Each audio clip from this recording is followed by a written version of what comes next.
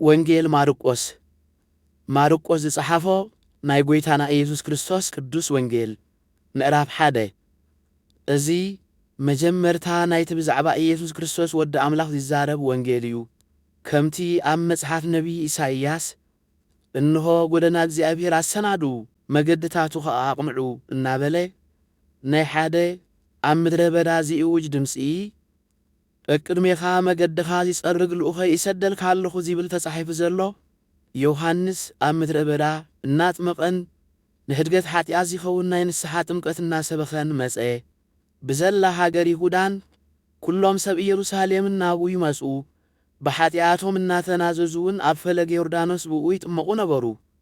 ዮሐንስ ክዳኑ ጸጉሪ ገመል ዕጣቕ ሕቝኡ ፈልቂ ቆርበት ምግቡ ኸዓ ኣንበጣን መዓር በረኻን ነበረ። ንሱ ኸዓ ካባይ ዝብርትዕ ኣነ ደኒነ ስራኻ ሳእኑ ክፈትሓሉ ዘይበቅዕ ብድሕረ ይመጽእ ኣሎ። ኣነ ብማይ እድምቐኩም ኣለኹ ንሱ ግና ብመንፈስ ቅዱስ ከድምቐኩም እዩ እናበለ ይሰብኽ ነበረ። እነሆ ኸዓ በቲ ጊዜቲ ኢየሱስ ካብ ናዝሬት ናይ ገሊላ መጸ። ኣብ ፈለገ ዮርዳኖስ ከዓ ብዮሐንስ ተጠምቀ።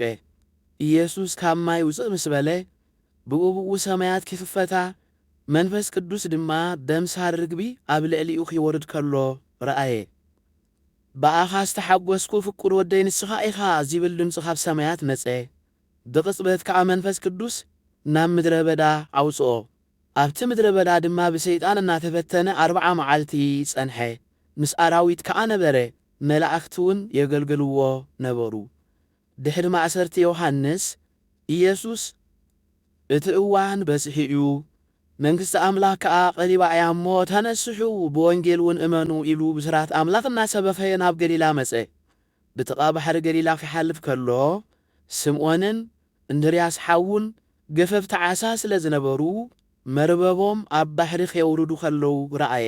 ኢየሱስ ድማ ገፈፍቲ ሰብ ክገብረኩምሲ ንዑ ሰዓቡኒ በሎም። ንሳቶም ድማ መርበቦም ሓዲጎም ሽዑ ንሽዑ ሰዓብዎ። ካብኡ ቁሩብ ሕልፍ ምስ በለ ድማ ያዕቆብ ወዲ ዘብዴዎስን ዮሐንስ ሓውን ኣብ ጃልባኦም ኮይኖም መርበቦም ከተዓራርዩ ከለዉ ረአዮም እሞ ብውኡ ጸውዖም። ንሳቶም ከዓ ንዘብዴዎስ ኣቦኦም ምስ ዕሱባቱ ኣብ ጃልባ ሓዲጎም ሰዓብዎ። ኢየሱስን ደቀ መዛሙርቱን ኣብ ቅፍርናሆም በጽሑ። ኢየሱስ ድማ ብሰንበት ናብ ቤት ጸሎት ኣይሁድ ኣትዩ ኺምህር ጀመረ። ንሱ ከምቶም መምህራን ሕጊ ዘይኮነስ ከም በዓል ሥልጣን ይምህሮም ስለ ዝነበረ ብትምህርቱ ተገረሙ። እነሆ ኸዓ ኣብቲ ቤት ጸሎቶም ርኹስ መንፈስ ዝሓደሮ ሰብ ነበረ። እናእወየ ኢየሱስ ናዝራዊ ንስኻ ምሳና ንሕና ምሳኻ እንታይ ኣሎና? ከተጥፍኣና ዶ መጺእካ? መን ምዃንካ እፈልጥ እየ፣ እቲ ናይ እግዚኣብሔር ቅዱስ ኢኻ በለ። ኢየሱስ ከዓ ስቕበል ካብኡ እውን ውፃእ ኢሉ ገሰጾ። እቲ ርኹስ መንፈስ ከዓ ነቲ ሰብ ፈልፈል ኣበሎ። ብዓብዪ ድምፂ እናጨርሐ ከዓ ካብኡ ወፀ። ኩላቶም ከዓ እንታይ ደኣ እዩ ዝሓድሽ ትምህርቲ እዙ? ንርኹሳት መናፍስቲ ብስልጣን ዝእዝዞም ንሳቶም እውን ዝእዘዝዎ እናበሉ ንሓድሕዶም እናተሓታተቱ ተገረሙ። ዝናኡ ድማ ሽዑ ንሽዑ ኣብ ኩሉ ከባቢ ገሊላ ተሰምዐ። ኢየሱስ ካብ ቤት ጸሎት ኣይሁድ ወፂኡ ብቕልጡፍ ምስ ያዕቆብን ዮሐንስን ናብ እንዳ ስምዖንን እንድርያስን ኣተወ። ሓማት ስምዖን ከዓ ረስና ሓሚማ ደቂሳ ነበረት እሞ ብዛዕባኣ ነገርዎ። ኢየሱስ ድማ ናብ ኣቐሪቡ ብኢዳ ሒዙ ኣተንስኣ እሞ እቲ ረስና ሓደጋ፣ ንሳ ድማ ኣገልገለቶም። ፀሓይ ዓሪቡ ምስ መጽየ ንኹሎም ሕሙማትን ኣጋንንቲ ዝሓደርዎምን ናብኡ ኣምጽእዎም። ብዘላታ ከተማ ከዓ ኣብ ገበላ ተኣከበት። ንሱ ድማ ብበብ ዓይነቱ ሕማም ንዝሳቐዩ ብዙሓት ሰባት ኣሕወየ። ብዙሓት ኣጋንንቲ እውን ኣውፅአ። እቶም ኣጋንንቲ ከዓ መን ምዃኑ ይፈልጥዎ ስለ ዝነበሩ ኺዛረቡ ኣይፈቐደሎምን። ኢየሱስ ገና ለይቲ ኸሎ ተንሲኡ ዓንጊሁ ወፀ። ናብ ጽምኡ ቦታ ኸይዱ ድማ ኣብኡ ጸለየ። ስምዖንን እቶም ምስኡ ዝነበሩን ድማ ኺደልይዎ ኸዱ። ምስ ረኸብዎ ከዓ ኩሉ ሰብ እምበር ይደልየካ ኣሎ በልዎ። ንሱ ድማ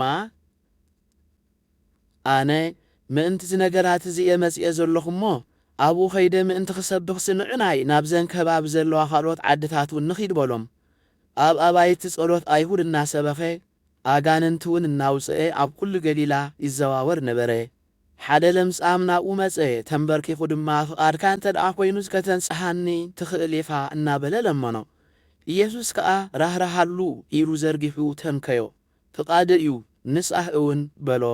እቲ ለምጹ ድማ ብቕጽበት ሓደጎ እሞ ነጽሐ። ኢየሱስ ድማ ብኡ ኺድ ርእስኻ ንካህን ኣመርምር፣ ንኣቶም ምስክር ምእንቲ ኺኾኖም ከዓ ክንዲ ዝነጻሕካ እቲ ሙሴ ዝኣዘዞ መባእ ኣቕርብ እምበር ንሓደ እኳ ኸይትነግር ተጠንቀቕ እናበለ ብብርቱዕ ኣጠንቂቑ ኣፋነዎ። ንሱ ግና ወፂኡ ብዙሕ ኪሰብኽን ኬውርን ጀመረ። ኢየሱስ ከዓ በዚ ምኽንያት እዙ ናብ ከተማ ብግልፂ ምእታው ሰኣነ። ኣብ በረኻ ኣብ ጽምው ቦታውን ነበረ።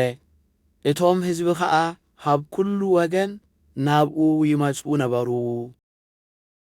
ምዕራፍ 2 ኢየሱስ ድሕሪ ቁሩብ መዓልቲ ናብ ቅፍርናሆም ተመልሰ።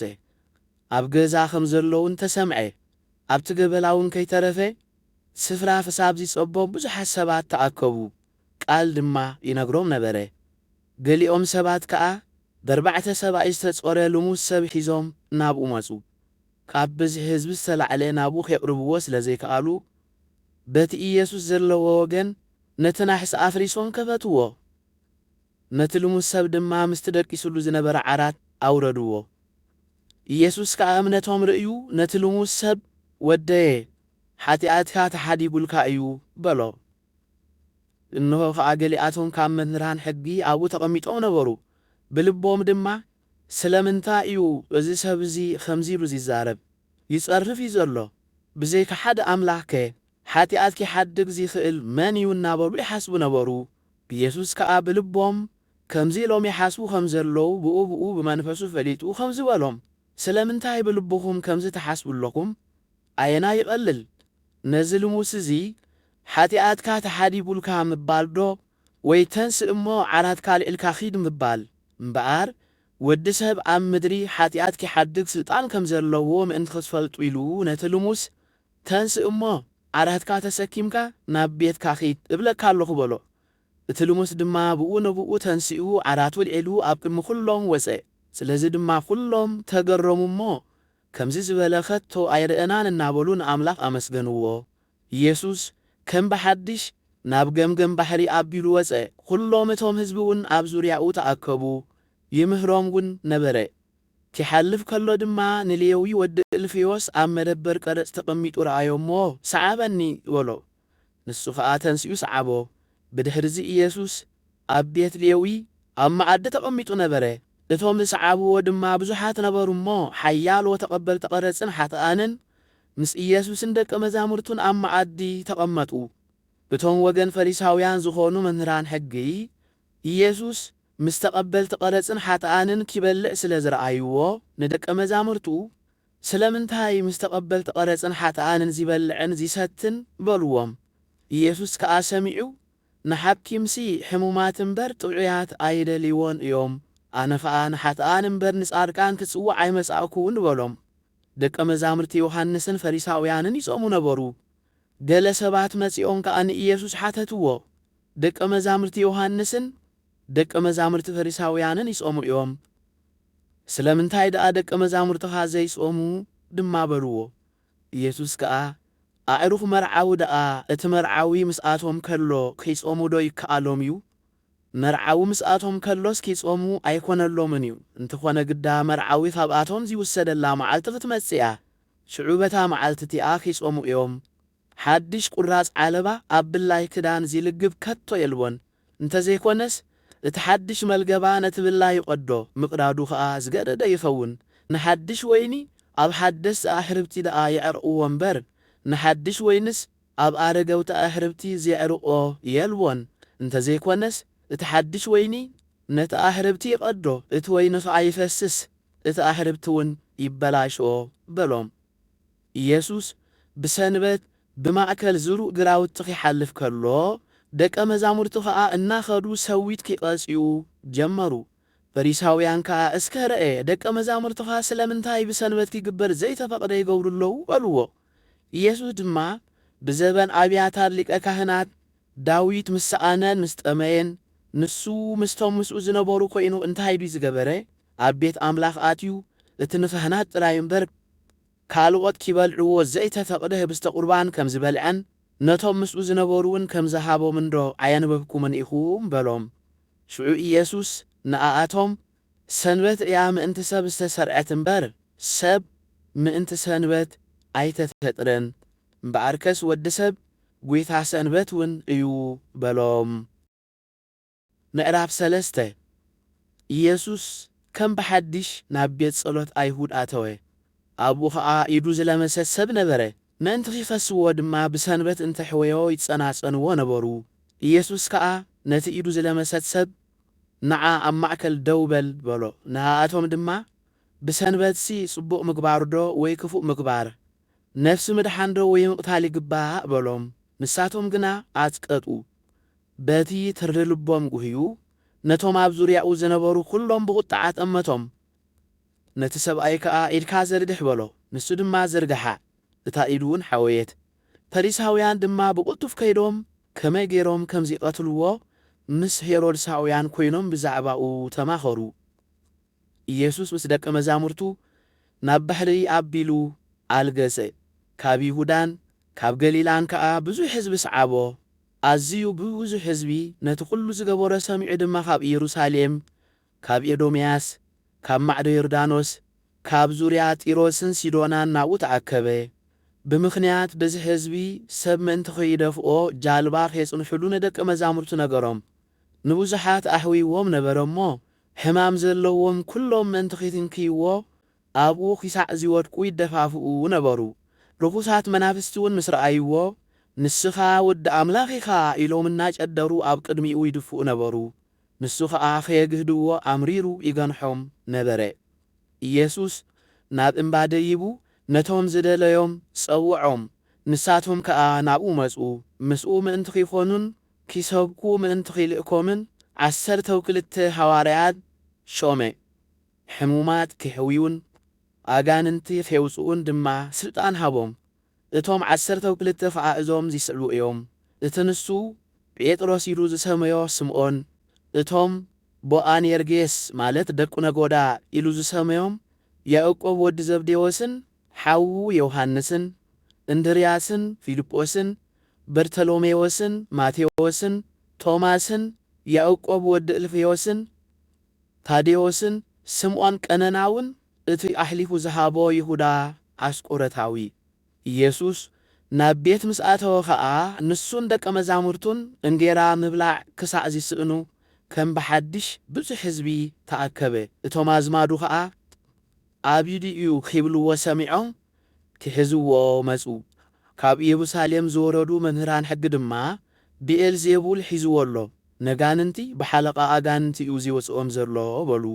ኢየሱስ ድማ ጸውዖም፣ ብምስላታት ከዓ ከም ዝበሎም ሰይጣን ንሰይጣን ከመይ ገይሩ ከውፅኦ ይኽእል? ሓንቲ መንግስቲ ንሓድሕዳ እንተተፈላለየት እታ መንግስቲ እቲኣ ክትቀውም ኣይትኽእልን እያ። ሓንቲ ስድራ ከዓ ንሓድሕዳ እንተተፈላለየት እታ ስድራ እቲኣ ክትቀውም ኣይትኽእልን እያ። ሰይጣን ከዓ ኣብ ነናሓድሕዱ ተጻሊኡ እንተተፈላለየ ይጠፍእ ደኣ እምበር ኣይቀውምን። ነቲ ሓያል ቅድም ከይኣሰረ ኣብ ቤት ሓያል ኣትዩ ገንዘቡ ኺዘምት ይኽእል ሓደ እኳ ኢልዎን ምስ ኣሰሮ እዩ ነቲ ቤቱ ዝዘምት። ብሓቂ እብለኩም ኣለኹ ንደቂ ሰብ ኩሉ ሓጢኣትን ዝጸረፍዎ ዘበለ ጸርፍን ክሕደገሎም እዩ።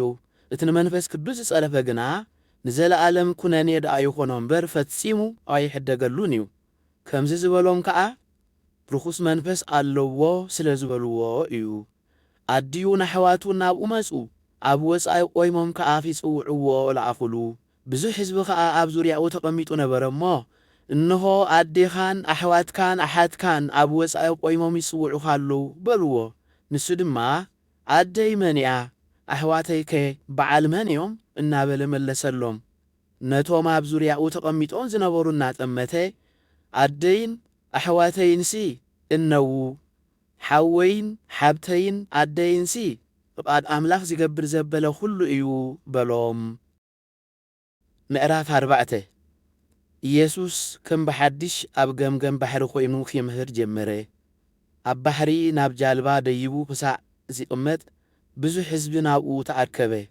ኩሉ እቲ ህዝቢ ከዓ ኣብ ገምገም ባሕሪ ኣብ ምድሪ ነበረ።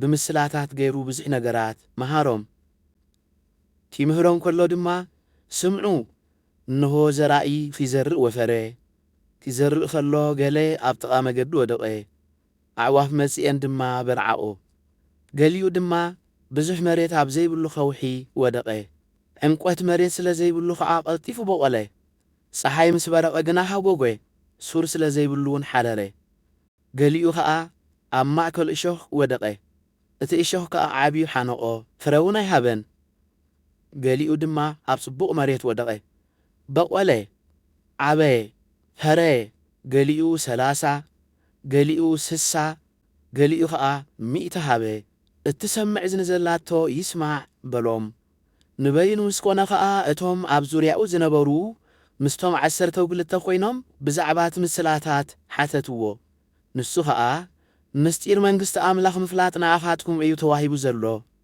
ነቶም ብወፃኢ ዘለዉ ግና ምርኣይ ክርእዩ ግና ከይርድኦም ምስማዕ ኪሰምዑ ግና ከየስተውዕሉ ተመሊሶም እውን ምሕረት ምእንቲ ኸይረኽቡስ ኩሉ ብምስላ እዩ ዝኸውን በሎም ከምዚ ድማ በሎም ነዚ ምስላ ዝዶ ኣይተስተውዕልዎን ኢኹም ከመይ ጌርኩም ደኣ ንኹሉ ምስላታት ክትርድዎ ኢኹም እቲ ዘራኢ ነቲ ቓል እዩ ዝዘርእ ገለ ሰባት ነቲ ኣብ ወሰን መገዲ ዝተዘርአዮም ዝመስሉ ምስ ሰምዑ ብውብኡ ሰይጣን መጺኡ ነቲ ኣብ ልቦም ዝተዘርአ ቓል ይወስዶ ከምኡ ከዓ ገሊኦም ነቲ ኣብ ከውሒ ዝተዘርአ ይመስሉ ነቲ ቓል ምስ ሰምዕዎ ብውብኡ ብሓጎስ ይቕበልዎ ንግዚኡ እምበር ሱር የብሎምን ድሓር ግና ስለቲ ቓል መከራ ወይ ስደት ምስ ኮነ ቐልጢፎም ይክሕዱ ገሊኦም ከዓ ነቲ ኣብ እሾኽ ዝተዘርአ ይመስሉ ይሰምዑ እንተኾነ ሓልዮት እዛ ዓለም እዚኣን ምዕሻው ሃብትን ካልእ ትምኒትን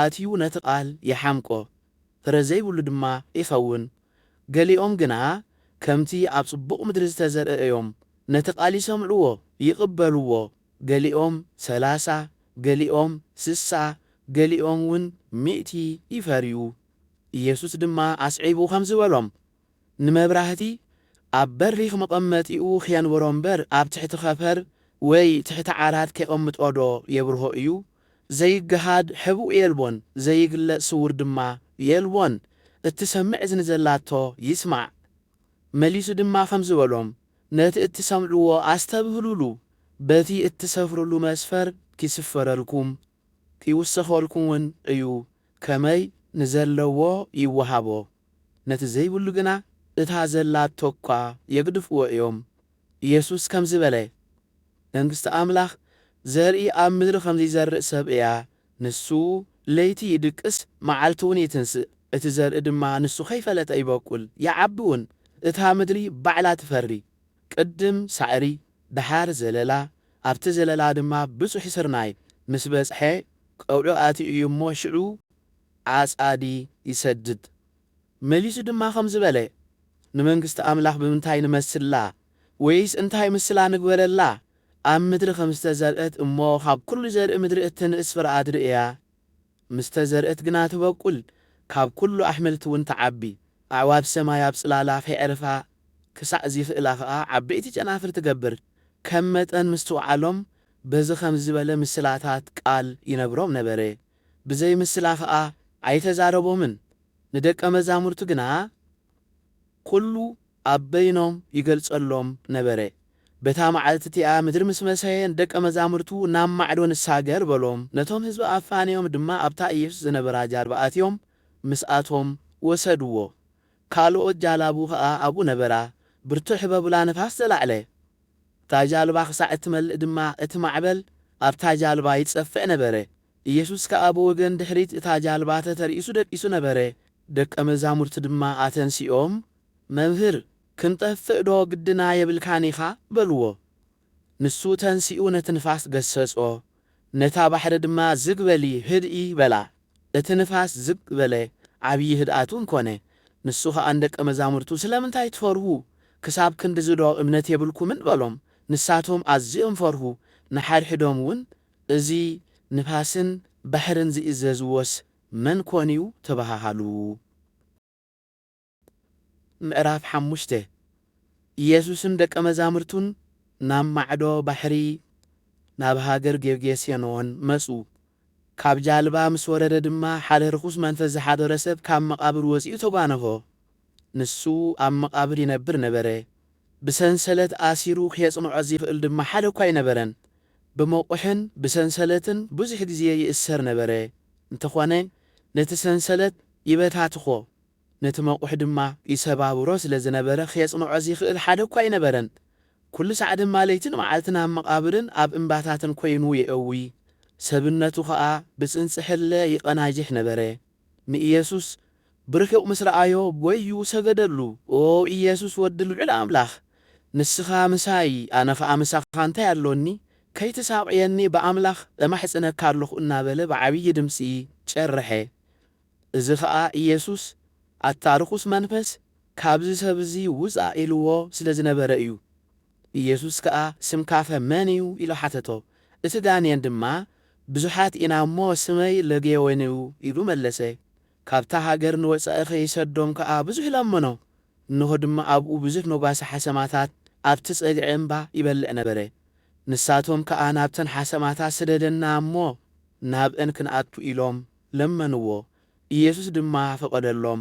እቶም ርኩሳት መናፍስቲ ከኣ ካብቲ ሰብ ወፂኦም ናብተን ሓሰማታት ኣተዉ። እተን 2,000 ዝኣኽላ ሓሰማታት በቲ ጸድፊ ነፊፀን ናብቲ ባሕሪ ሽምም በላ። ኣብኡ እውን ጥሒለን ሞታ። እቶም ጓሶት ድማ ሃዶሙ ኣብ ከተማን ኣብ ዓድታትን ከኣ ኣውረዩ። እቶም ሰብ ከኣ ነቲ ዝኾነ ነገር ክርእዩ መጹ። ናብ ኢየሱስ ምስ በጽሑ ድማ እቲ ጋኔን ሒዝዎ ለጌዎን ሓዲሮምዎ ዝነበረ ሰብ ተቐሚጡ ተኸዲኑ ናብ ልቡ ተመሊሱ ረኣይዎ እሞ ፈርሁ። እቶም ዝረኣይዎ ድማ ነቲ ብዛዕባ እቲ ጋኔን ዝነበረ ሰብን ብዛዕባተን ሓሰማታት ዝኾነ ነገርን ኣዘንተውሎም። ሽዑቶም ህዝቢ ካብ ዓዶም ከልግሰሎም ኪልምንዎ ጀመሩ። ኢየሱስ ኣብ ጃልባ ኺድይብ ከሎ ድማ እቲ ጋኔን ሓዲርዎ ዝነበረ ሰብ ምስኡ ኺኸይድ ለመኖ። ኢየሱስ ግና ኣይፈቐደሉን። ንገዛኻ ናብ ስድራኻ ኺድ፣ እግዚኣብሔር ክንደይ ከም ዝገበረልካን ከም ዝመሓረካን ድማ ኣዘንትወሎም ኢሉ ኸልከሎ። ንሱ ኸኣ ኢየሱስ ከመይ ዝበለ ዓብዪ ግብሪ ከም ዝገበረሉ ደካፖሊስ ናብ ዝበሃል ሃገር ከይዱ ትሰብኽ ጀመረ። ኩሎም እውን ተገረሙ። ሽዑ ኢየሱስ ከም ብሓድሽ ብጃልባ ናብ ማዕዶ ተሳገረ። ብዙሕ ህዝቢ ድማ ናብኡ ተኣከበ። ኣብ ጥቓ ባሕሪ ኸኣ ነበረ። ኢያኢሮስ ዝስሙ ሓደ ካብቶም መራሕቲ ቤት ጸሎት ኣይሁድ ናብኡ መጸ። ምስ ረኣዮ ኸኣ ኣብ እግሩ ተደፊኡ ሰገደሉ። ጓለይ ክትመውት ቀሪባላ እሞ ምእንቲ ሓውያ ህይወት ክትረክብሲ መጺእካ ኢድካ አንብረላ እናበለ ኣጽኒዑ ደሞኖ። ኢየሱስ ድማ ምስኡ ኸደ። ብዙሕ ህዝቢ ኸኣ ሰዓቦ። ኣብ ዙርያ እውን ይደፋፍኡ ነበሩ። እንሆ ኸኣ ካብ 12 ዓመት ሒዙ ደም ዝፈሳ ሰበይቲ ነበረት። ንሳ ብብዙሓት ሓካይም ብዙሕ ተሳቐየት። ኩሉ ገንዘባ እውን ወድአት። እንተኾነ ገደዳ ደኣ እምበር ኣይጠቐማን። ብዛዕባ ኢየሱስ ምስ ሰምዐት ክዳኑ ጥራይ እንተተንኬኹ ክሓውእ እየ ኢላ ብማእከል እቶም ህዝቢ ሓሊፋ ብድሕሪኡ መጺኣ ክዳኑ ተንከየት። እቲ ዝፈስስ ዝነበረ ደማ ኸኣ ብቕጽበት ደው በለ። ካብ ሕማማ ከም ዝሓወየት ድማ ተፈለጣ። ኢየሱስ ከኣ ሽዑ ካብኡ ሓይሊ ከም ዝወፀ ብውሽጡ ተፈሊጥዎ ናብቶም ህዝቢ ግልጽ ኢሉ መን እዩ ክዳነይ ዝሰንከፈ በለ። ደቀ መዛሙርቱ ድማ ህዝቢ ኺደፋፍኣካ ትርኢ ኣለኻ፣ ተመሊስካ ግና መን እዩ ዝተንከፈኒ ትብል ኣለኻ በልዎ። ኢየሱስ ድማ ነቲ እዚ ዝገበረ ክርኢ ናብ ዙርያኡ ጠመተ። እታ ሰበይቲ ግና እቲ ኣብኣ ዝኾነ ስለ ዝፈለጠት ብፍርሃት ራዕራዕ እናበለት መጺኣ ሰገደትሉ። ኩሉ ተሓቂ እውን ነገረቶ። ንሱ ኸኣ ጓለየ እምነትኪ ኣዘድሓነትኪ ብሰላም ኪዲ ካብ ሕማምኪ እውን ሕወይ በላ። ኢየሱስ ገና እዚ ክዛረብ ከሎ ካብቲ ገዛ መራሕ ቤት ጸሎት ኣይሁድ ገለ ሰባት መጺኦም ጓልካ ሞይታ እያ፣ ደጊምከ ስለምንታይ ንመምህር ተድክሞ በልዎ። ኢየሱስ ከኣ ነቲ ዝተዛረብዎ ሰሚዑ ነቲ መራሕ ቤት ጸሎት ኣይሁድ ኣይትፍራህ እመን ደኣ በሮ። ብዘይካ ጴጥሮስን ያዕቆብን ሓውያ ያዕቆብ ዮሐንስን ሓደ እኳ ኺስዕቦ ኣይፈቐደን። ናብ ገዛ እቲ መራሕ ቤት ጸሎት ኣይሁድ ምስ ኣተዉ ኸኣ ብዙሕ ጫውጫው ዚብሉን ዚበኽዩን ዋይ ዋይ ዚብሉን ረአየ። ንሱ ኸኣ ኣትዩ ስለምንታይ ትበኽዩን ጫውጫው ትብሉን እዛ ቆልዓ ደቂሳያ ዘላ እምበር ኣይሞተትን በሎም። ንሳቶም ከኣ ሰሓቕዎ። ንሱ ግና ንኹሎም ኣውፂኡ ነቦታ ቆልዓን ነዲኣን ነቶም ምስኡ ዝነበሩን ሒዙ ናብቲ እታ ቆልዓ ዝነበረቶ ኣተወ። ኢድ እታ ቆልዓ ሒዙ ከዓ ታሊታ ቁሚ በላ። ትርጓሚኡ ኣቱጓል ተንስኢ ብለክለኹ ማለት እዩ። እታ ጓል ድማ ብቕፅበት ተንሲኣ ተዛወረት። ዕድሚኣ ድማ 12 ዓመት ነበረ። ሽዑ ኣዝዮም ተገረሙ። ንሱ ከዓ ነዚ ሓደ እኳ ከይፈልጦ ብጽኑዕ ኣዘዞም። ዝብላዕ ከይህብዋ ድማ ነገሮም። ምዕራፍ 6 ኢየሱስ ካብኡ ወፂኡ ናብ ዓዱ መጸ። ደቀ መዛሙርቱ ከዓ ሰዓብዎ። ብሰንበት ኣብ ቤት ጸሎት ኣይሁድ ክምህር ጀመረ። ብዙሓት ምስ ሰምዕዎ ድማ እዚ ኹሉስ ካበይ ረኸቦ? እዚ ጥበብ እዚ ኸ ካበይ ተዋህቦ? እዚ ብኢዱ ዝግበር ዘሎ ተኣምራት ከ ካበይ ኮነሉ እናበሉ ተገረሙ። እዝስ እቲ ጸራቢ ወዲ ማርያም ሓዊ ያዕቆብን ዮሳን ይሁዳን ስምዖንን ዶ ኣይኮነን? ኣሓቱስ ኣብዚ ምሳና ዶ ኣየለዋን? እናበሉ ብኡ ተዓንቀፉ። ኢየሱስ ከዓ ነቢይ ብዘይከ ኣብ ዓዱን ኣብ ኣዝማዱን ኣብ ቤቱን ኣይነዓቕን እዩ በሎም። ብዘይቶም ኢዱ ኣንቢሩ ዘሕወዮም ውሑዳት ሕሙማት ድማ ኣብኡ ተኣምራት ይገብር ኣይኮነሉን። በቲ ዘይምእማኖም ድማ ገረሞ። እናመሃረ ከዓ ኣብቲ ከባቢ ዘሎ ዓድታት ዞረ። ኢየሱስ ነቶም 12 ናብኡ ጸዊዑ በብኽልተ ገይሩ ኪልእኮም ጀመረ። ኣብ ልዕሊ ርኩሳት መናፍስቲ ድማ ስልጣን ሃቦም።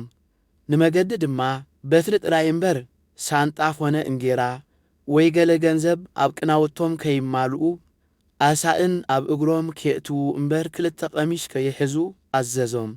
ከምዚ ድማ በሎም፣ ካብኡ ክሳዕ እትወጽኡ ኣብቲ ዝኣተኹምዎ ቤት ተቐመጡ። ኣብቲ ዘይተቐበሉኹም ወይ ዘይሰምዑኹም ዓዲ ካብኡ ወፂእኩም ንኣኣቶም ምስክር ኪኾኖም ደሮና እጋርኩም ንገፉ። ብመዓልቲ ፍርዲ ካብ ነታ ዓዲ እቲኣስ ንሰዶምን ገሞራን ከምዚ ቀለለን ብሓቂ ይብለኩም ኣለኹ። ንሳቶም ድማ ወፂኦም ኩሉ ኺንሳሕ ሰበኹ።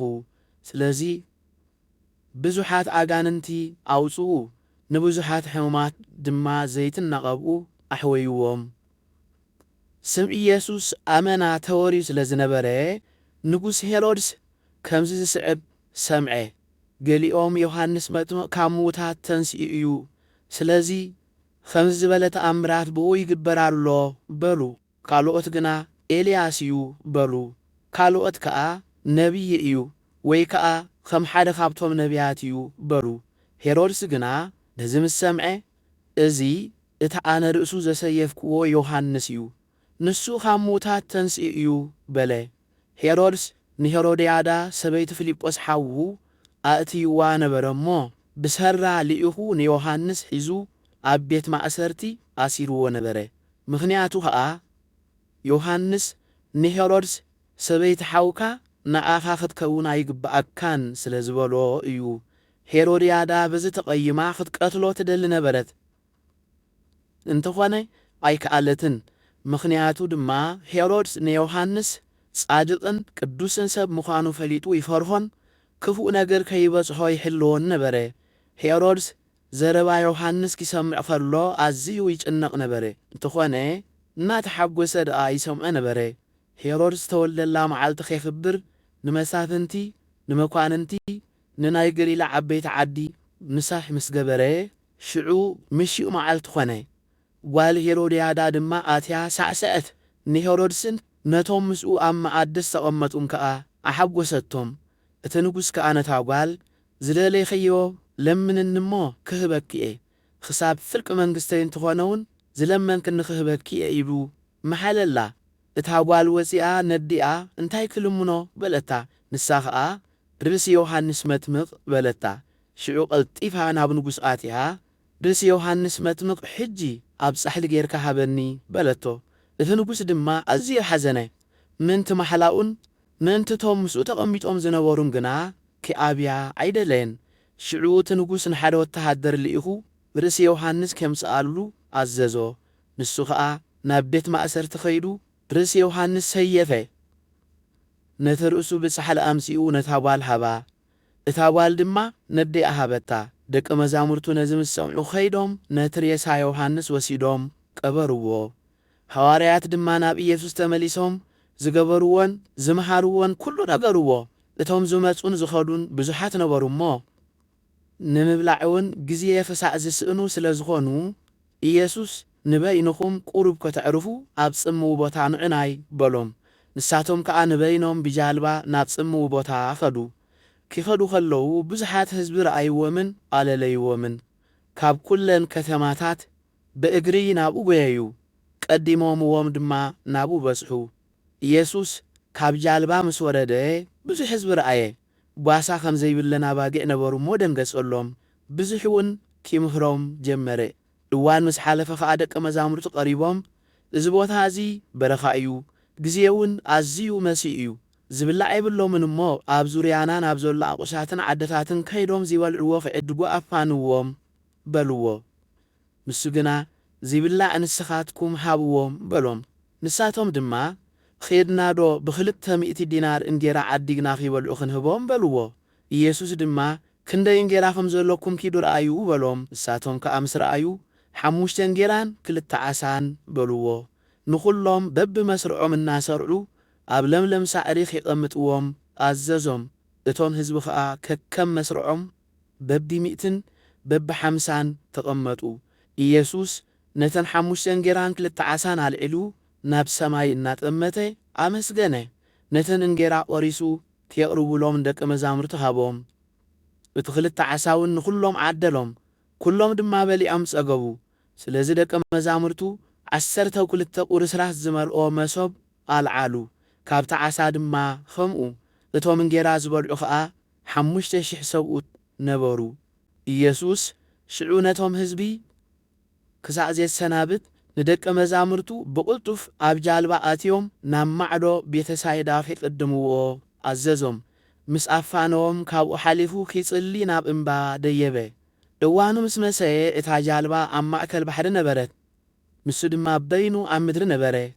ንፋስ ብቕድሚኦም ነበረ እሞ እናቐዘፉ ኸለዉ ኺጭነቑ ረኣዮም። ብራብዓይቲ ክፍለ ግዜ ናይ ለይቲ ኣቢሉ ብማየማይ ብእግሩ እናኸደ ናብኣቶም በጽሐ። ኪሓልፎም እውን ደለየ። ንሳቶም ግና ብማየማይ ክኸይድ ከሎ ምስ ረኣይዎ ምትሃት መሲልዎም ኣእወዩ። ምስ ረኣይዎ ከዓ ኹሎም ሰንበዱ። ሽዑ ኢየሱስ ኣጀኹም ኣነ እየ ኣይትፍርሁ ኢሉ ተዛረቦም። ናብታ ንሳቶም ዝነበሩዋ ጃልባ ከዓ ደየበ። እቲ ንፋስ ድማ ሃድአ። ንሳቶም እውን ኣዝዮም ተገረሙን ተደነቑን። ምኽንያቱ ልቦም ተደፊኑ ስለ ዝነበረ ነቲ ናይ እንጌራ ተኣምራት ኣየስተውዓልዎን። ነቲ ባሕሪ ምስ ተሻገሩ ናብ ምድሪ ዴንሳሃርየጥ መጺኦም ነታ ጃልባ መፍሕቕ ሰዲዶም ኣቆምዋ። ካብ ጃልባ ምስ ወፁ እቶም ህዝቢ ንኢየሱስ ብኡብኡ ኣለለይዎ። ኣብ ኩላተ ሃገር እናጐየዩ ኢየሱስ ኣሎ ተባሂሉ ኣብ ዝሰምዕሉ ቦታ ሕሙማት ብዓራውትን እናጾሩ ናብኡ ኸምስኡ ጀመሩ። ኣብ ዝኣተወ ዘበለ ኣብ ዓድታት፣ ኣብ ከተማታት፣ ኣብ ኣቑሻት ነቶም ሕሙማት ኣብ ዕዳጋታት የቐምጥዎም እሞ ዘፈር ክዳኑ ጥራይ ኪትንክፉ ይልምንዎ ነበሩ። እቶም ዝተንከፍዎ ዘበሉ ኩሎም ከዓ ይሓውዩ ነበሩ። ምዕራፍ 7 ፈሪሳውያንን ካብ ኢየሩሳሌም ዝመጹ ገለ መምህራን ሕግን ናብኡ ተኣከቡ። ንገለ ካብ ደቀ መዛሙርቲ ድማ ብዝረኸሳ ማለት ብዘይተሓስባ ኣዳው እንጌራ ኺበልዑ ረኣይዎም። ምኽንያቱ ከዓ ኩሎም ፈሪሳውያንን ኣይሁድን ስርዓት ዓበይቲ ምእንቲ ኺሕሉ ኣእዳዎም ኣጸቢቖም ከይተሓስቡ ኣይበልዑን ነበሩ። ካብ ዕዳጋ ንዘምጽእዎ እውን ማይ ከይነጸጉሉ ኣይበልዑን ነበሩ። ካልእ ብዙሕ ድማ ከም ንሕፃብ መሳተያን ኣቑሑ ገዛን ኣታሩን ዓራውትን ዝመስል ክሕልውዎ ዝወረስዎ ወግዒ ነበሮም። መምህራን ሕግን ፈሪሳውያንን ድማ ስለምንታይ ደቀ መዛሙርትኻ ስርዓት ዓበይቲ ዘይሕልው ኣእዳዎም ከይተሓስቡ ከዓ እንጌራ ዝበልዑ ኢሎም ሓተትዎ። ንሱ ከዓ ከም ዝበሎም ኣቱም ግቡዛት ከምቲ ጽሑፍ እዚ ህዝቢ እዚ ብኸናፍሩ የኽብረኒ፣ ልቡ ግና ኻባይ ኣዝዩ ዝረሓቐ እዩ። ግናኸ ምህሮ ስርዓት ሰብ እናመሃሩ ብኸንቱ የምልኹኒ ዝበሎ ኢሳይያስ ብዛዕባኹም ጽቡቕ ተነበየ። ትእዛዝ ኣምላኽ ሓዲኩም ስርዓት ሰብ ትሕልው ኣለኹም፣ ከም ምሕፃብ መሳተያን ካልእ ኣቑሑ ገዛን ካልእ ድማ ነዚ ዝመስልን ትገብሩ ኣለኹም። ጽቡቕ እባ ደኣ ስርዓትኩም መን ክትሕሉ ትእዛዝ ኣምላኽ ተፍርሱ ኣለኹም። ከመይ ሙሴ ኣቦኻን ኣዴኻን ኣኽብር ነብኡ ወይ ነዲኡ ሕማቕ ቃል ዚዛረብ ብርግጽ ይሙት ኢሉ ኣሎ። ንስኻትኩም ግና ከምዚ ትብሉ። እቲ ነብኡ ወይ ነዲኡ እቲ ኻባይ ዝግብኣኩም ሓገዝ ቁርባን እዩ ማለት መባእ ይኹነለይ እንተበሎም ደጊም ነብኡ ወይ ነዲኡ ገለ ነገር ክገብረሎም ከቶ ኣይትፈቕዱሉን ኢኹም። ስለዚ ድማ ነቲ ዝሰራዕኩምዎ ስርዓት ክትብሉ ቃል ኣምላኽ ተፍርሱ ኣለኹም። ከምኡውን ነዚ ዝመስል ብዙሕ ትገብሩ ኣለኹም። ኢየሱስ ከም ብሓድሽ ነቶም ህዝቢ ናብኡ ፀዊዑ ከም ዝበሎም ኩልኹም ስምዑኒ ኣስተውዕሉ እውን ካብ ሰብ ዝወፅእ እዩ ንሰብ ዝየርክሶ እምበር ካብ ወፃኢ ናብ ሰብ ዝኣቱስ ገለ እኳ ከየርክሶ ኣይክእልን እዩ። እትሰምዕ እዝኒ ዘላቶ ይስማዕ። ካብቶም ህዝቢ ተፈልዩ ናብ ቤት ምስ ኣተወ ድማ እቶም ደቀ መዛሙርቱ ብዛዕባ እዚ ምስላ ዝሓተትዎ ኢየሱስ ከኣ ከም ዝበሎም ንስኻትኩም እንዶ ክሳብ ክንድዚ ኣይተስተውዕሉን ኢኹም? ካብ ወፃኢ ናብ ሰብ ዝኣቱ ኩሉ ከየርክሶ ከም ዘይኽእል ዶ ኣይትፈልጡን ኢኹም? ምክንያቱ ብከም ድቢሉ ንግዳም እዩ ዝወፅእ እምበር ናብ ልቢ ኣይወርድን እዩ። በዚ ንኩሉ ምግቢ ኣንጽሐ። ከምዚ ድማ በሎም እቲ ንሰብ ዝየርክሶ እቲ ካብ ሰብ ዝወፅእ እዩ። ምክንያቱ ካብቲ ውሽጢ ልቢ ሰብ ክፉእ ሓሳብ፣ ምንዝርና፣ ስርቂ፣ ቅትለት፣ ዝሙት፣ ስስዕቲ፣ ክፍኣት፣ ተንኮል፣ ስድነት፣ ቅንኢ፣ ሕሜት፣ ትዕቢት፣ እሽነት ይወፅእ። እዚ ኩሉ ክፉእ ካብ ውሽጢ እዩ ዝወፅእ ንሰብ ከኣ የርክሶ። ኢየሱስ ካብኡ ተላዒሉ ናብ ሃገር ጢሮስን ሲዶናን ከደ። ናብ ቤት ምስ ኣተወ ሓደ እኳ ክፈልጦ ኣይደለየን። እንተኾነ ክሕባ ኣይከኣለን። ሽዑ ከዓ ዋላ ርኩስ መንፈስ ዝሓደራ ሓንቲ ሰበይቲ ብዛዕባኡ ሰሚዓ መፀት። ኣብ እግሩ ተደፊዓ እውን ሰገደትሉ። እታ ሰበይቲ ኣብ ሲሮፊኒቅያ ዝተወለደት ግሪካዊት ነበረት። ካብ ጓላ ጋኔን ከይውፅኣላ ከዓ ለመነቶ። ኢየሱስ ድማ እንጌራ ውሉድ ኣልዒልካ ንኽላባት መሃብ ጽቡቕ ኣይኮነን እሞ ሕደጊ ቅድም እቶም ውሉድ ይጽገቡ በላ። ንሳ ድማ እወ ጐይታይ ኣኽላባት እውን እንትኾኑ ካብቲ ኣብ ትሕቲ መኣዲ ዝወደቐ ርፍራፍ ውሉድ ይወድዑ እዮም ኢላ መለሰትሉ። እሱ ድማ እዚ ቃል እዚ ብምባልኪ እቲ ጋኔን ካብ ጓልኪ ወፂኡ እዩ እሞ ኺዲ በላ። ናብ ቤታ ምስ ተመለሰት ከዓ እቲ ጋኔን ወፂኡ፣ እታ ጓላ ድማ ኣብ ዓራት ጎቦ ኮይና ረኸበታ። ከም ብሓድሽ ድማ ካብ ሃገር ጢሮስ ወፀ። ብሲዶና ኣቢሉ ከዓ ብማእከል ደካፖሊስ ዝበሃል ሃገር ናብ ባሕሪ ገሊላ ኸደ። ሓደ ጸማምን ዓባስን ናብኡ ኣምፂኦም ኢዱ ኸንብረሉ ለመንዎ። ካብቶም ህዝቢ ንበይኑ ፍልይ ኣቢሉ ድማ ኣጻብሉ ኣብ እዝኑ ንቢሩ ጡፍ ኢሉ ልሳኑ ተንከዮ። ናብ ሰማይ ቁሊሕ ኢሉ ብርህራሄ ኣተንፊሱ ከዓ ኤታታ ማለት ተኸፈት በሎ። ሽዑ ኣእዛኑ ተኸፍታ፣ ማእሰርቲ ልሳኑ ድማ ተፈትሐ፣ ኣጽሪኡ እውን ተዛረበ። ንሓደ እኳ ከይነግሩ ከዓ ብጽኑዕ ኣዘዞም። እቶም ህዝቢ ግና ብመጠን እቲ ዝኸልከሎም ኣዝዮም ኣውረዩ። ንሳቶም ከዓ ንኹሉ ጽቡቕ ገበሮ። ጸማማት ከም ዝሰምዑ፣ ዓባሳት ከም ዝዛረቡ ገበረ እናበሉ ኣመና ይግረሙ ነበሩ። ምዕራፍ 8 ቤተ ጽነቲ ከም ብሓድሽ ብዙሕ ህዝቢ ምስ ተኣከበ ዝብላዕ ኣይነበሮምን እሞ ኢየሱስ ነቶም ደቀ መዛሙርቱ ፀዊዑ ከም ዝበሎም እዞም ህዝቢ እዚኣቶም ምሳይ ካብ ዝቕንዩ 3 መዓልቲ ኮይኑ እዩ። ዝብላዕ ከዓ የብሎምን እሞ የደንግጹን ኣለዉ። ገለ ካብኣቶም ካብ ርሑቕ ዝመጹ እዮም እሞ ጾሞም ነናብ ቤቶም ተፋንኽዎም ኣብ መገዲ ይሰንፉ እዮም። ደቀ መዛሙርቱ ከዓ ነዚ ኩሉ ህዝቢ እዚ ኣብዚ በረኻ እንጌራ ከየጽግብ ዝኽእል መን እዩ ኢሎም መለሱሉ። ኢየሱስ ድማ ክንደይ ዝኣክል እንጌራ ኣለኩም ኢሉ ሓተቶም። ንሳቶም ከዓ 7 በልዎ። ነቶም ህዝቢ ኣብ ምድሪ ይቕመጡ ኣዘዞም።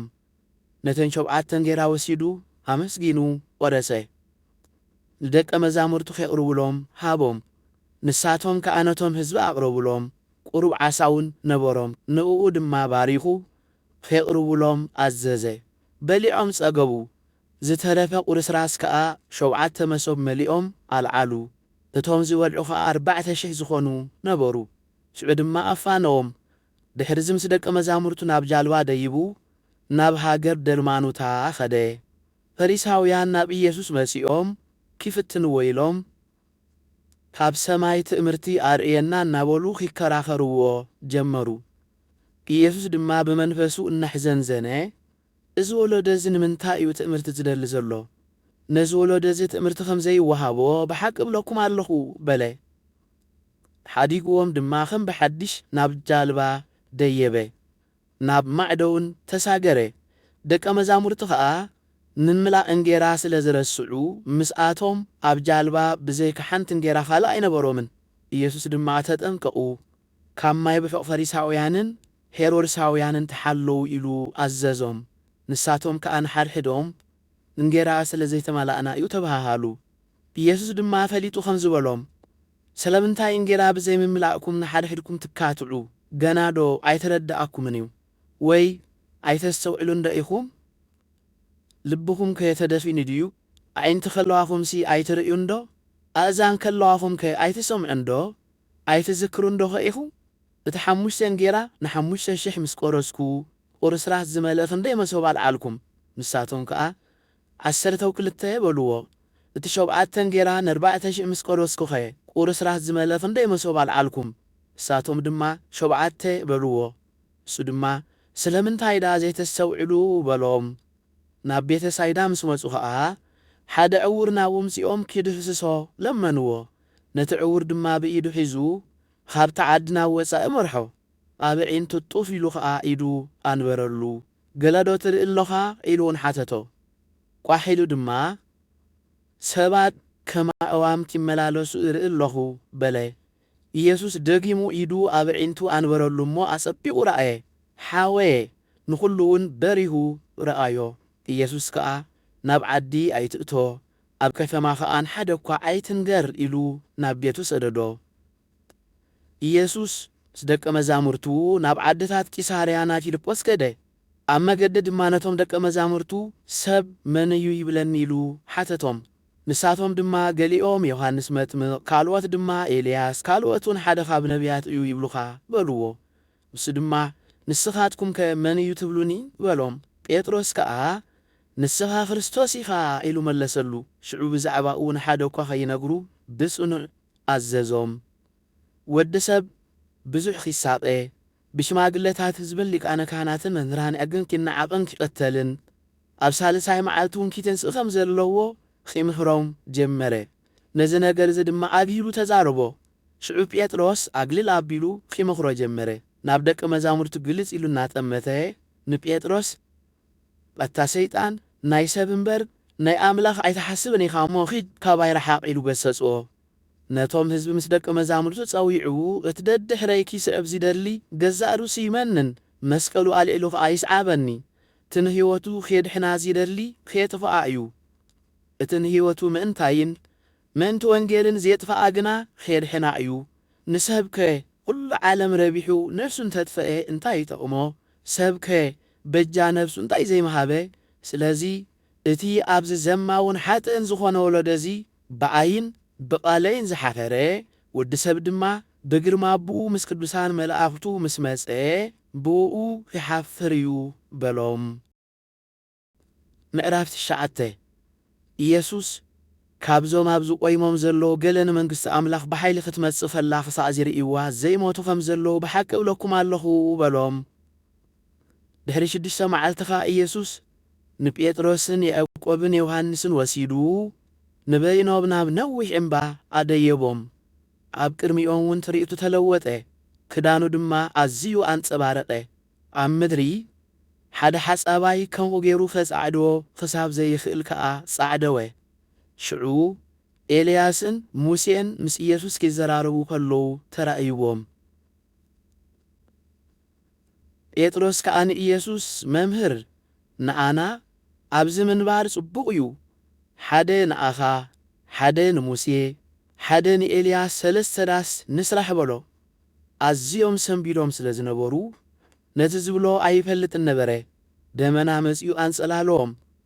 ካብቲ ደመና ከዓ እዚ ዘፍቅሮ ወደ እዩ ንዕኡ ስምዕዎ ዝብል ድምፂ መፀ። ብሃንደበት ኣብ ዙርያኦም ቁሊሕ እንተበሉ ከዓ ብዘይ ኢየሱስ በይኑ ሓደ እኳ ምስኣቶም ኣይረኣዩን። ካብ እምባፍ ይወርዱ ከለዉ ድማ ወዲ ሰብ ካብ ምዉታት ምስ ተንስእ እንተዘይኮይኑ ነቲ ዝረኣይዎ ንሓደ እኳ ከይነግሩ ኣዘዞም። ነቲ ቃል ኣብ ልቦም ዓቆርዎ። ካብ ምዉታት ምትንሳእ እንታይ ማለት እዩ እናበሉ ድማ ንሓድሕዶም ተዘራረቡ። ንሳቶም ከዓ ስለምንታይ ደኣ መምህራን ሕጊ ቅድም ኤልያስ ክመጽእ ኣለዎ ዝብሉ ኢሎም ሓተትዎ። ንሱ ከዓ ኤልያስ ብርግጽ ቅድም ክመጽእ እዩ፣ ንኹሉ እውን ከቃንዕ እዩ። ብዛዕባ ወዲ ሰብ ከ ብዙሕ መከራ ከም ዝቕበልን ከም ዝነዓቕን ስለምንታይ ድዩ ተጻሒፉ ዘሎ በሎም። ኣነ ግና ኤልያስ ብርግጽ መጺኡ እዩ፣ ከምቲ ብዛዕባኡ ተጻሒፉ ዘሎ ድማ ዝደለይዎ ዘበለ ኣብ ልዕሊኡ ከም ዝገበሩ እብለኩም ኣለኹ። ናብቶም ደቀ መዛሙርቱ ምስ መጸ ድማ ብዙሕ ህዝቢ ኸቢብዎም መምህራን ሕጊ እውን ክከራኸርዎም ከለዉ ረኣየ። ሽዑቶም ህዝቢ ምስ ረኣይዎ ሰንበዱ፣ ናብኡ ጐዮም ከዓ ሰላም በልዎ። ነቶም መምህራን ሕጊ ድማ ብዛዕባ እንታይ ትካትዕዎም ኣለኹ ኢሉ ሓተቶም። ሓደ ካብቶም ህዝቢ ከዓ መምህር ንወደይ ዓባስ ጋኔን ሒዝዎ ኣሎ እሞ ናባኻ ኣምጽአየኒኹ ኢሉ መለሰሉ። ኣብ ዝሓዘ እዋን የንፈርፍሮ፣ ንሱ ከዓ ይዓፍር፣ ኣስናኑ እውን ይሕርቅም ይነቅጽ እውን። ንደቀ መዛሙርትኻ ድማ ከየውፅእዎ ሓቲተዮምሲ ኣይከኣሉን። ኢየሱስ ከዓ ኣታ ዘይኣምን ወለዶ ክሳዕ መዓዝ ምሳኻትኩም ክነብር እየ? ክሳዕ መዓዝ ከፍዕገሰኩም እየ? ናብዚ ናበይ ኣምጽእዎ ኢሉ መለሰ። ናብኡ ድማ ኣምጽእዎ። እቲ ጋኔን ምስ ረኣዮ ሽዑ ጻሕ ኣበሎ። ንሱ ከዓ ኣብ ምድሪ እናንገርገረ ዓፈረ። ኢየሱስ ድማ ነብኡ እዚ ከምዚ ካብዚ ክኸውን ክንደይ እዋን ገይሩ ኢሉ ሓተቶ። ንሱ ከዓ ካብ ንእስነቱ እዩ። ክቐትሎ ደልዩ ከዓ ብዙሕ ሳዕ ኣብ ሓውን ኣብ ማይን ይድርብዮ። ገለ ትኽእል እንተኾንካ ግና ረድኣና ራህራሃልና በሎ። ኢየሱስ ከዓ ትኽእል እንተኮንካ ዲኻ ዝትብል ዘለኻ? ንዝኣምን ኩሉ ይከኣል እዩ በሎ። ሽዑ ኣቦት ቆልዓ እኣምን እየ ግና ጉድለት እምነተይ ክርሕቀለይ ደግፈኒ እናበለ ጨርሐ። ኢየሱስ እቶም ሰብ ናብኡ ኺበዩ ምስ ረኣየ ነቲ ርኩስ መንፈስ ኣተዓባስን ጸማምን መንፈስ እእዝዘካ ኣለኹ ካብኡ ውፃእ፣ ድሕሪ ደጊም ናብኡ ኣይትእቶ እናበለ ገሰጾ። እቲ ርኩስ መንፈስ ገዓረ፣ ነቲ ቆልዓ ድማ ፈርፈር ኣቢልዎ ወፀ። ብዙሓት ሞይቱ ክሳዕ ዝብሉ ከዓ ከም ሬሳ ኾነ። ኢየሱስ ድማ ብኢዱ ሒዙ ኣተንስኦ፣ ንሱ ከዓ ተንስአ። ናብ ቤት ምስ ኣተወ ደቀ መዛሙርቱ ብሕት ኢሎም ስለምንታይ ንሕና ምውፃእ ውስኣና ኢሎም ሓተትዎ። ንሱ ከዓ እዚ ከምዚ ዝበለ ዓይነት ብጸሎትን ብጾምን እንተዘይኮይኑ ኣይወፅእን እዩ በሎም። ካብኡ ወፂኦም ብገሊላ ሓለፉ። ኢየሱስ ከዓ ነዚ ነገር እዚ ሓደ እኳ ኸይፈልጦ ኣይደለየን። ምኽንያቱ ከዓ ንደቀ መዛሙርቱ ንወዲ ሰብ ኣሕሊፎም ኣብ ኢድ ሰብ ክሂብዎ ክቐትልዎ እዮም። ምስ ተቐትለ ድማ ብሳልሰይቲ መዓልቲ ኺትንስእ እዩ ኢሉ ይምኽሮም ነበረ። ንሳቶም ግና ነቲ ዝበሎም ቃል ኣይተረድእዎን፣ ከየሓትዎ ድማ ፈርሁ። ኣብ ቅፍርናሆም በፂሑ ኣብ ቤት ምስ ኣተወ ከዓ ኣብ መገዲ ትካትዕሉ ዝነበርኩም እንታይ እዩ ኢሉ ሓተቶም። ንሳቶም ከዓ ኣብ መገዲ መን ከም ዝዓቢ ንሓድሕዶም ይካትዑ ነበሩ እሞ ኣዝቀጡ። ኢየሱስ ምስ ተቐመጠ ድማ ነቶም 12 ጸዊዑ እቲ ሓለቓ ኺኸውን ዝደሊ ድሕሪ ኩሉን ኣገልጋሊ ኩሉን ይኹን በሎም። ሓደ ቆልዓ ወሲዱ ድማ ኣብ ማእከሎም ኣቆሞ። ሓቂፉ ከዓ ካብዞም ከምዚኣቶም ዝበሉ ቆልዑ ንሓደ ብስመይ ዝቕበል ዘበለ ንኣይ እዩ ዝቕበል፣ እቲ ንኣይ ዝቕበል ከዓ ነቲ ዝለኣፈኒ እዩ እምበር ንኣይ ኣይኮነን ዝቕበል በሎም። ዮሃንስ ንኢየሱስ መምህር ሓደ ብስምካ ኣጋንንቲ ከየውፅእ ከሎ ርኢናዮስ ስለ ዘይሰዓበና ኸልኪልናዮ በሎ። ኢየሱስ ከዓ ከምዚ በለ፣ ብስመይ ተኣምራት ዝገብር ብኡ ድማ ብኣይ ክፉእ ኺዛረብ ዝኽእል የልቦን እሞ ኣይትኸልክልዎ። ዘይቃወመና ዘበለ ኩሉ ምሳና እዩ። ንስኻትኩም ድማ ናይ ክርስቶስ ስለ ዝኾንኩም ጽዋዕ ማይ ብስመይ ዘየስተየኩም ዘበለ ዓስቡ ከም ዘይስእን ብሓቂ ይብለኩም ኣለኹ። نتخابزون بأيزي آمنونا اشتو نحاد زيسحت آدقي زيت احنا اللومتحان اب كسادو تأسيرو اب بحرخي تحل محاشو نيرو إيدكا تسحاتتكا ورسا مسكلتا إيدكا نابتي حاسفاو زي موت حاوون زي تأفق جهنم إساف كابت تدربس قرص كوينكا ناب هيوت مقتاو يحشيكا إقرخان تسحاتتكاون قرصا مسكلتا إقرخا حاسفاو أبزي يموت حاوون أبزي تأفق جهنم إساف كابت تدربس حانكاس كوينكا ناب هيوت مقتاو يحشيكا عينخان تسحاتتكاون وتبيتكا دربيا مسكلتا عينخا ناب تحاسفاو زي يموت حاوون زي تأفق جهنم إساف كابت تدربس نقواركو ينكا نام ننقص أملاك مئتاو يحشيكا نفس وكف بحاوي إيو زي مكر كل مسوأة دما بيش أو إيو زي مكر أو صبو إيو اتج أو مقارو تنتتأفق بمنتهي تمكروه مبقار عب نفسهم أو يحلهم نحار حدكم ون بسلام نبرو مراف عسرته إيسوس كابو تلاعلو نابهاجر يهودان نام معدو يردانوس انكده كم بحدش كأ بزو حزبنا وتعكبه خملو مادون مهارم فريساويان دما من تخيفت تنوو مسيوم سبأي نسبي تخيفت حادو قبو إيو إلوم حاتتوو يفس دما موسي انتي عززوكم إلو ملسلوم نساتهم كأ موسيس مفتحي أصحف سحيفنا خنفتحا فقيدلنا إيو بلوو يسوس كأ خمزولوم موسيس بتر لبخم إيو إزت إزازي صحافلكم كم مجمرتا فترة جنا أملاخ سبأين سبيتين غيرو إزو فتورم سلازي سبأي أبونا ديون حد يقوم السبيتي وحد كلت يوم دما حد أكال يخونو سلازي دما حد أكال يوم منبر كلتا يكونن منباركس نتا أملاخ حد زقبرو سب عيف ليو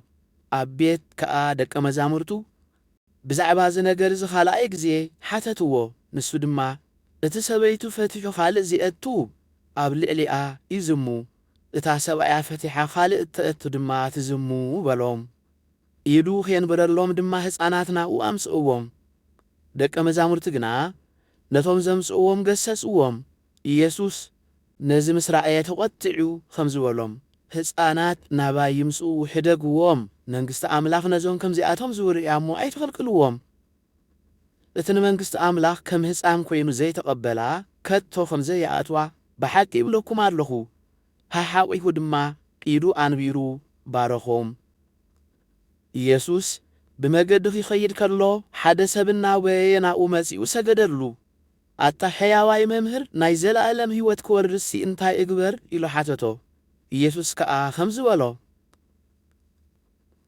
ንምንታይ ሕያዋይ ትብለኒ ብዘይ ሓደ ኣምላኽ ሕያዋይ የልዎን ትእዛዛት ትፈልጥ ኢኻ ኣይትቕተል ኣይትዘሙ ኣይትስረቕ ብሓሶት ኣይትመስክር ኣይትዓምፅ ኣቦኻን እኖኻን ኣኽብር በሎ ንሱ ኸኣ መምህር እዚ ኩሉስ ካብ ንእስነተ ጀሚረ ዓልየየ በሎ ኢየሱስ ከኣ ጠሚቱ ፈተዎ እሞ ሓንቲ ጐዲላ ትካላ ኪድ ዘሎካ ኩሉ ሸጥካ ንድኻታት ሃብ ኣብ ሰማይ ድማ ሃብቲ ክትረክብ ኢኻ እሞ መስቀልካ ኣልዒልካ ንዓስ ዓበኒ በሎ ንሱ ግና ብዙሕ ጥሪ ስለ ዝነበሮ በዚ ቃል እዚ ሓዘነ እናጓሃየውን ከደ ኢየሱስ ድማ ኣብ ዙርያኡ እናጠመተ ንደቀ መዛሙርቱ ገንዘብ ንዘለዎም ናብ መንግስቲ ሰማያት ክኣትዉ ክንደይ ጭንቂ እዩ በሎም እቶም ደቀ መዛሙርቱ ከዓ ብቃላቱ ተገረሙ ኢየሱስ ድማ ደጊሙ ከምዚ በሎም ደቀየ ብሃብቲ ንዝእመኑ ኣብ መንግስቲ ኣምላኽ ምእታው ክንደይ ጭንቂ እዩ ሃብታም ናብ መንግስቲ ኣምላኽ ካብዚኣቱስ ገመል بعين مرفق يحلف يقلل نساتهم كأبوس احتقرموا نحد حدهم دماء نندع أخوان كيدحني فئل تبها هادو يسوس كأنا بقاتهم النات أمته بسباي كألنيو بأملاح قنا خموي كونان سلامنتاي بأملاح كل نجاري كأليو بلوم بيتروس كأ إنهم بعارن حنا كل حديقنا سعبنا كأخي بلو جمره يسوس دماء مليسو خمزولو بحب أقولكم أرلخو ما أنت وانجيلن يلو بيت وي أحوات وي أحات وي أدى وي أبو وي سبيتي وي ولود وي قراهو زحادقه حجي أبزع عالم زي مسدت بيت ኣሕዋት ኣሓት ኣደ ውሉድ ግራሁ ሚእቲ ኻዕበት ዘይኽፈል ኣብዚ መጽእ ዓለም ከኣ ሕይወት ዘለዓለም ዘይቕበል ሓደ እኳ የልቦን ብዙሓት ቀዳሞት ዳሕሮት ክኾኑ እዮም ዳሕሮት ድማ ቀዳሞት ክኾኑ እዮም ናብ ኢየሩሳሌም ክድይቡ ኣብ መገዲ ኸለዉ ኢየሱስ ቅድሚኦም ይኸይድ ነበረ ንሳቶም ከኣ ተገረሙ እቶም ዝስዕቡ ዝነበሩን ፈርሁ ኢየሱስ ድማ ነቶም 12 ወሲዱ እቲ ኺበጽሖ ዘለዎ ኺነግሮም ጀመረ እንሆ ናብ ኢየሩሳሌም ንድይብ ኣሎና ንወዲ ሰብ ኣብ ኢድ ሊቃነ ካህናትን መምህራን ሕግን ከትሕዝዎ እዮም ንሳቶም ድማ ንሞት ክፈርድዎ ንሕዛብ እውን ኣሕሊፎም ክህብዎ እዮም ኣሕዛብ ከኣ ከላግጹሉ ጡፍ ክብልሉ ክቲገርፍዎ ኺቐትልዎ እዮም ብሳልሰይቲ መዓልቲ እውን ኪትንስእ በሎም ያዕቆብን ዮሐንስን ክልቲኦም ደቂ ዘብዴዎስ ናብኡ ቀሪቦም መምህር ዝለመናካ ክትገብረልና ንደልሎና በልዎ ንሱ ኸኣ እንታይ ክገብረልኩም ትደልዩ በሎም ንሳቶም ድማ ኣብ ክብርኻ ሓዴና ብየማንካ ሓዴና ድማ ብጸጋምካ ክንቅመጥ ፍቐደልና በልዎ ኢየሱስ ግና እትለምንዎ ኣይትፈልጥዎን ኢኹም ነታ ኣነ ዝሰትዮ ናይ መከራ ጽዋዕ ክሰትዩ ነታ ኣነ ዝጥመቆ ጥምቀቱን ክትጥመቑ ኸ ትኽእሉ ዶ በሎም ንሳቶም ከኣ ንኽእል በልዎ ኢየሱስ ከኣ ነታ ኣነ ዝሰትዮ ናይ መከራ ጽዋዕ እሲ ክትሰትይዎ ነታ ኣነ ዝጥመቆ ጥምቀት እውን ክትጥመቕዎ ኢኹም ኣብ የማነይን ኣብ ጸጋመይን ምቕማጥ ግና ነቶም ዝተዳለወሎም እዩ እምበር ኣነ ይኮንኩን ዝህቦ በሎም እቶም 10 ሰሚዖም ብያዕቆብን ዮሐንስን ክሓርቁ ጀመሩ ስለዚ ኢየሱስ ጸዊዑ ኸም ዝበሎም ንሕዛብ እቶም ከም ሹማምንቶም ዝቁጸሩ ከም ዝመልክዎም እቶም ዓበይቶም ድማ ኣብ ልዕሊኦም ከም ዝስልጥኑ ትፈልጡ ኢኹም ኣባኻትኩም ግና ከምኡ ይኮነን እቲ ዓብዪ ክኸውን ዝደሊ ኣገልጋሊኹም ደኣ ይኹን እቲ ኻባኻትኩም ጐይታ ኺኸውን ዝደሊ ኸኣ ንሱ ሎህ ኩልኹም ይኹን ምኽንያቱ ኸኣ ወዲ ሰብ ከገልግልን ሕይወቱ በጃ ብዙሓት ክህብን እምበር ከገልግልዎ ኣይመጸን በሎም ናብ ኢያሪኮ ድማ ኣተዉ ኢየሱስ ካብ ኢያሪኮ ምስ ደቀ መዛሙርቱን ምስ ብዙሕ ሕዝብን ክወጽእ ኸሎ ባርጢሜዎስ ማለት ወዲ ጤሜዎስ እቲ ዕውር ለማናይ ኣብ ወሰን መገዲ ተቐሚጡ ነበረ ኢየሱስ እቲ ናዝራዊ ምዃኑ ምስ ሰምዐ ዓዊሉ ኢየሱስ ወዲ ዳዊት መሓረኒ ኺብል ጀመረ ብዙሓት ድማ ስቕ ክብል ገንሕዎ ንሱ ግና ኦ ወዲ ዳዊት መሓረኒ እናበለ ዓዊሉ ጨረሐ ኢየሱስ ድማ ደው ኢሉ ጸውዕዎ በለ ነቲ ዕውር ከኣ ጸዊዖም ኣጆኻ ተንስእ ይጽዋዓካ ኣሎ በልዎ እሱ ኸኣ ነጸላኡ ደርብዩ ዘሊሉ ናብ ኢየሱስ መጸ ኢየሱስ ድማ እንታይ ክገብረልካ ትደሊ ኢሉ ሓተቶ እቲ ዕውር ከኣ መምህር ክርኢ በሎ ኢየሱስ ከኣ ኪድ እምነትካ ሕወየትካ በሎ ብኡ ረአየ ኣብ መገዲ እውን ሰዓዎ ምዕራፍ 11 ናብ ኢየሩሳሌም ንምእታው ጥቓ ደብረ ዘይት ናብ ዘለዋ ቤተ ፋጌን ቢታንያን ምስ ቀረቡ ክልተ ካብ ደቀ መዛሙርቱ ለኣፈ ከምዚ ድማ በሎም ኣብ ቅድሜኹም ናብ ዘላ ዓዲ ኺዱ ናብ ኣምስኣተኹም ሽዑ ሰብ ዘይተወጥሖ እሱር ጻዕብ ክትረኽቡ ኢኹም ፈቲሕኩም ኣምጽኡለይ ገለ ሰብ ስለምንታይ እዚ ትገብሩ ኣለኹም እንተበለኩም ጐይታ ይደልየሎ ብኡ ነጀው ክሰዶ እዩ በልዎ ምስ ከዱ ኸኣ ነቲ ጻዕብ ኣብ ደገ ኣብ ጥቓ መገዲ ተኣሲሩ ረኺቦም ፈትሕዎ ካብቶም ኣብኡ ደው ኢሎም ዝነበሩ ኸኣ ገሊኦም ነዚ ጻዕብ ስለምንታይ ትፈትሕዎ ኣለኹም በልዎም ንሳቶም ድማ ከምቲ ኢየሱስ ዝበሎም በልዎም እሞ ሓደግዎም ነቲ ጻዕብ ከኣ ናብ ኢየሱስ ወሰድዎ ክዳውንቶም እውን ጐዝጐዝሉ ኢየሱስ ከኣ ተወጥሖ ብዙሓት ኣብቲ መገዲ ክዳውንቶም ኣንጸፉ ካልኦት ከኣ ካብቲ ኣብ ግራሁ ዝነበረ ኣእዋም ጨናፍር ሰሊዖም ይንስንሱ ነበሩ እቶም ዝመርሑን እቶም ዝስዕቡን ከኣ ሆሳእና ብስም እግዚኣብሔር ዝመጽእ ብሩኽ እዩ እታ ትመጽእ ዘላ መንግሥቲ ቦና ዳዊት ብርኽቲ እያ ሆሳእና ኣብ ኣርያም እናበሉ ይጸርሑ ነበሩ ኢየሱስ ኣብ ኢየሩሳሌም ምስ በጽሐ ናብ ቤት መቕደስ ኣተወ ኣብ ዙርያኡ ግልጽ እናበለ ንኹሉ ምስ ረኣየ መስዩ ነበረ እሞ ምስቶም 12 ናብ ቢታንያ ኸደ። ንጽባሒቱ ካብ ቢታንያ ፊወፁ ከለዉ ኢየሱስ ጠመየ። ብርሑቕ ድማ ቆጻል በለስ ረኣየ። ምናልባሽ ፍረ እንተረኸበላ ፈይርኢ ናብኣ ኸደ። ኣብኣ ምስ በጽሐ ኸዓ ግዜ በለስ ስለ ዘይነበረ ብዘይካ ቆጽሊ ገለ እኳ ኣይረኸበላን። ኢየሱስ ደጊም ካባፊ ሓደ እኳ ንዘለቓለን ፍረ ኣይብላዕ በላ። ደቀ መዛሙርቱ ኸዓ ሰምዕዎ። ናብ ኢየሩሳሌም መጹ። ናብ ቤት መቕደስ ኣትዩ ኸዓ ነቶም ኣብታ ቤት መቕደስ ኮይኖም ዝሸጡን ዝሻየጡን ዝነበሩ ኪሰጎም ጀመረ። ሰደቓ መሻረፍትን መንበር ሸየጥቲ ርግብን ገልበጠ። ሓደ እኳ ኣቕሓ ጾይሩ በታ ቤት መቕደስ ከይሓልፍ ከልከለ። ቤተይ ንኹሎም ኣሕዛብ ቤት ጸሎት ኪስመዕ እዩ ዚብል ጽሑፍ ዶ ኢልዎን እዩ? ንስኻትኩም ግና በዓቲ ጓሓሉ ትገበርኩምዎ ኢሉ እውን መሃሮም። ሊቃነ ካህናትን ምህራን ሕግን ሰሚዖም ከመይ ገይሮም ከምዚ ይቐትልዎ ይደልዩ ነበሩ። እንተኾነ ብዘሎቲ ህዝቢ ብትምህርቱ ይድነቕ ስለ ዝነበረ ፈርህዎ። ምስ መሰየ ድማ ካብታ ከተማ ወፁ። ንግሆፍ ይሓልፉ ከለዉ ነታ በለስ ካብ ሱራ ነቒጻ ረኣይዋ። ጴጥሮስ ድማ ዘከረ እሞ መምህር እነሃታ ዘለገምካያ በለስ ነቒጻ በሎ። ኢየሱስ ከዓ ከምዚ ኢሉ መለሰሎም፣ ብኣምላኽ እመኑ። እቲ ብልቡ ከይተጠራጠረ እቲ ዝልምኖ ከምዚ ፍጸም ዝኣምን ኩሉ ነዚ እምባዚ ካብዚ ተላዒልካ ናብቲ ባሕሪ ተወርወር እንተበሎ ንኡ ከምዚ ይኾነሉ ብሓቂ እብለኩም ኣለኹ። ስለዚ እትጽልይዎን እትልምንዎን ዘበለ ከምዚ ተቐበልኩምዎ እመኑ እሞ ክኾነልኩም እዩ እብለኩም ኣለኹ። ደው ኢልኩም ክትጽልዩ ከለኹም ከዓ ሰማያዊ ኣቦኹም በደልኩም ምእንቲ ኺሓድገልኩም ንብጻይኩም ዝሓዝኩምሉ በደል እንተሎ ሕደጉሉ። ንስኻትኩም እንተዘይሓደኩም ግና እቲ ኣብ ሰማይ ዘሎ ኣቦኹም ድማ በደልኩም ኣይሓድገልኩምን እዩ። ከም ብሓድሽ ናብ ኢየሩሳሌም ተመልሱ። ኢየሱስ ኣብ ቤት መቕደስ ኪዘዋወር ከሎ ሊቃነ ካህናትን መምህራን ሕግን ዓበይትን ናብኡ መጹ። በየናይ ስልጣን እዚ ነገራት እዚ ትገብር ኣለኻ?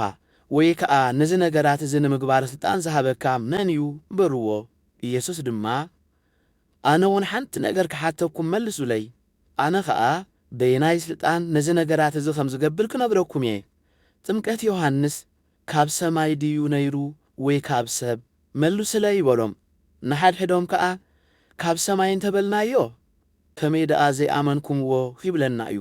ካብ ሰብ ዶ ንብሎ እናበሉ ይካቱ የነበሩ። እንተኾነ ኩሎም ንዮሃንስ ብሓቂ እቶም ነቢይ ርእይዎ ስለ ዝነበሩ ነቲ ህዝቢ ፈርዉ።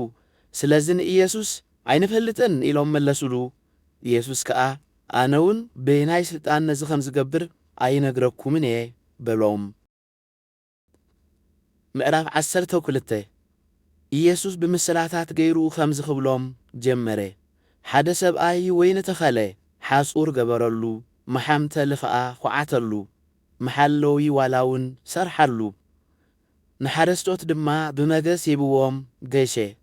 ግዜ ፍርያት ምስ በጽሐ ካብቲ ኣታኽልቲ ወይኒ ፍረ ኸምጽኣሉ ናብቶም ሓረስቶት ኣገልጋሊኡ ለኣኸ። ንሳቶም ግና ሒዞም ገረፍዎ፣ ጥራይ ኢዱ እውን ሰደድዎ። ደጊሙ ካልእ ኣገልጋሊኡ ናብኣቶም ለኣኸ። ብዳርባ እምኒ ፈግእዎ፣ ኣዋሪዶም እውን ሰደድዎ። ካልእ ድማ ለኣኸ፣ ንኡ እውን ቀተልዎ። ብዙሓት ካልኦት ከዓ ለኣኸ።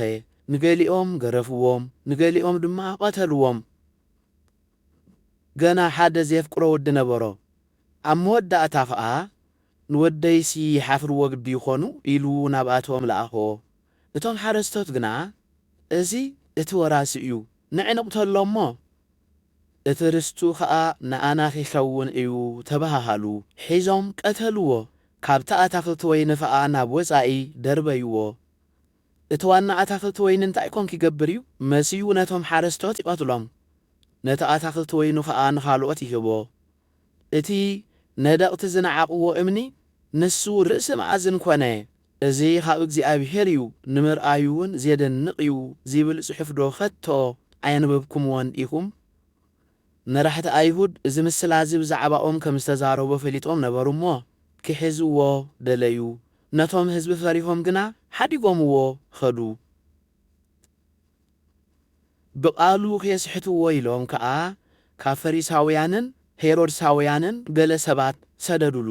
መጺኦም ድማ መምህር መገዲ ኣምላኽ ደኣ ብሓቂ ትምህር እምበር ንሓደ እኳ ኣይትፈርህን ኢኻ። ገጽ ሰብ ርኢኻ ዘይተዳሉ ሓቀኛ ምዃንካ እውን ንፈልጥ ኢና። ንቄሳር ግብሪ ምኽፋልሲ ግቡእ ድዩ ወይ ኣይፋሉን? ንኽፈል ዶ ኣይንኽፈል በልዎ። ኢየሱስ ድማ ግብዝናኦም ፈሊጡ ስለምንታይ ትፍትኑን ኣለኹም? ነቲ ዲናር ክርእዮ ኣምስኡለይ በሎም። ንሳቶም ድማ ኣምስኡሉ። ንሱ ከዓ እዝስ መልኩዕን ጽሕፈቱን ናይ መን እዩ በሎም። ንሳቶም ድማ ናይ ቄሳር በልዎ። ኢየሱስ ከዓ እምበኣርሲ እቲ ናይ ቄሳር ንቄሳር እቲ ናይ ኣምላኽ ከዓ ንኣምላኽ ሃቡ ኢሉ መለሰሎም። ብኡ ድማ ገረሞም። ትንሣኤ ሙታን የልዎን ዚብሉ ሰዱቃውያን ከዓ ናብኡ መጹ። መምህር ሙሴ ሓደ ሰብ ውሉድ ከይወለደ ሰበይቱ ሓዲጉ እንተሞተ ነታ ሰበይቱ እቲ ሓዉ ይውረሳ እሞ ንሓዉ ዘርኢ የቁመሉ ኢሉ ጽሒፉልና ኣሎ። 7 ኣሕዋት ነበሩ።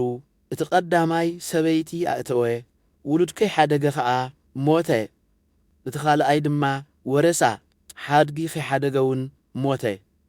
እቲ ሳልሳይ ከዓ ከምኡ፣ 7ቲኦም ከዓ ሓድጊ ሓደጉን። ድሕሪ ኩሎም ድማ እታ ሰበይቲ ሞተት። 7ቲኦም ኣእትዮምዋ ነይሮም እዮም እሞ ብትንሣኤ ሙታት ምስ ተንስኡ ሰበይቲ መኖም ክትከውን እያ እናበሉውን ሓተትዎ።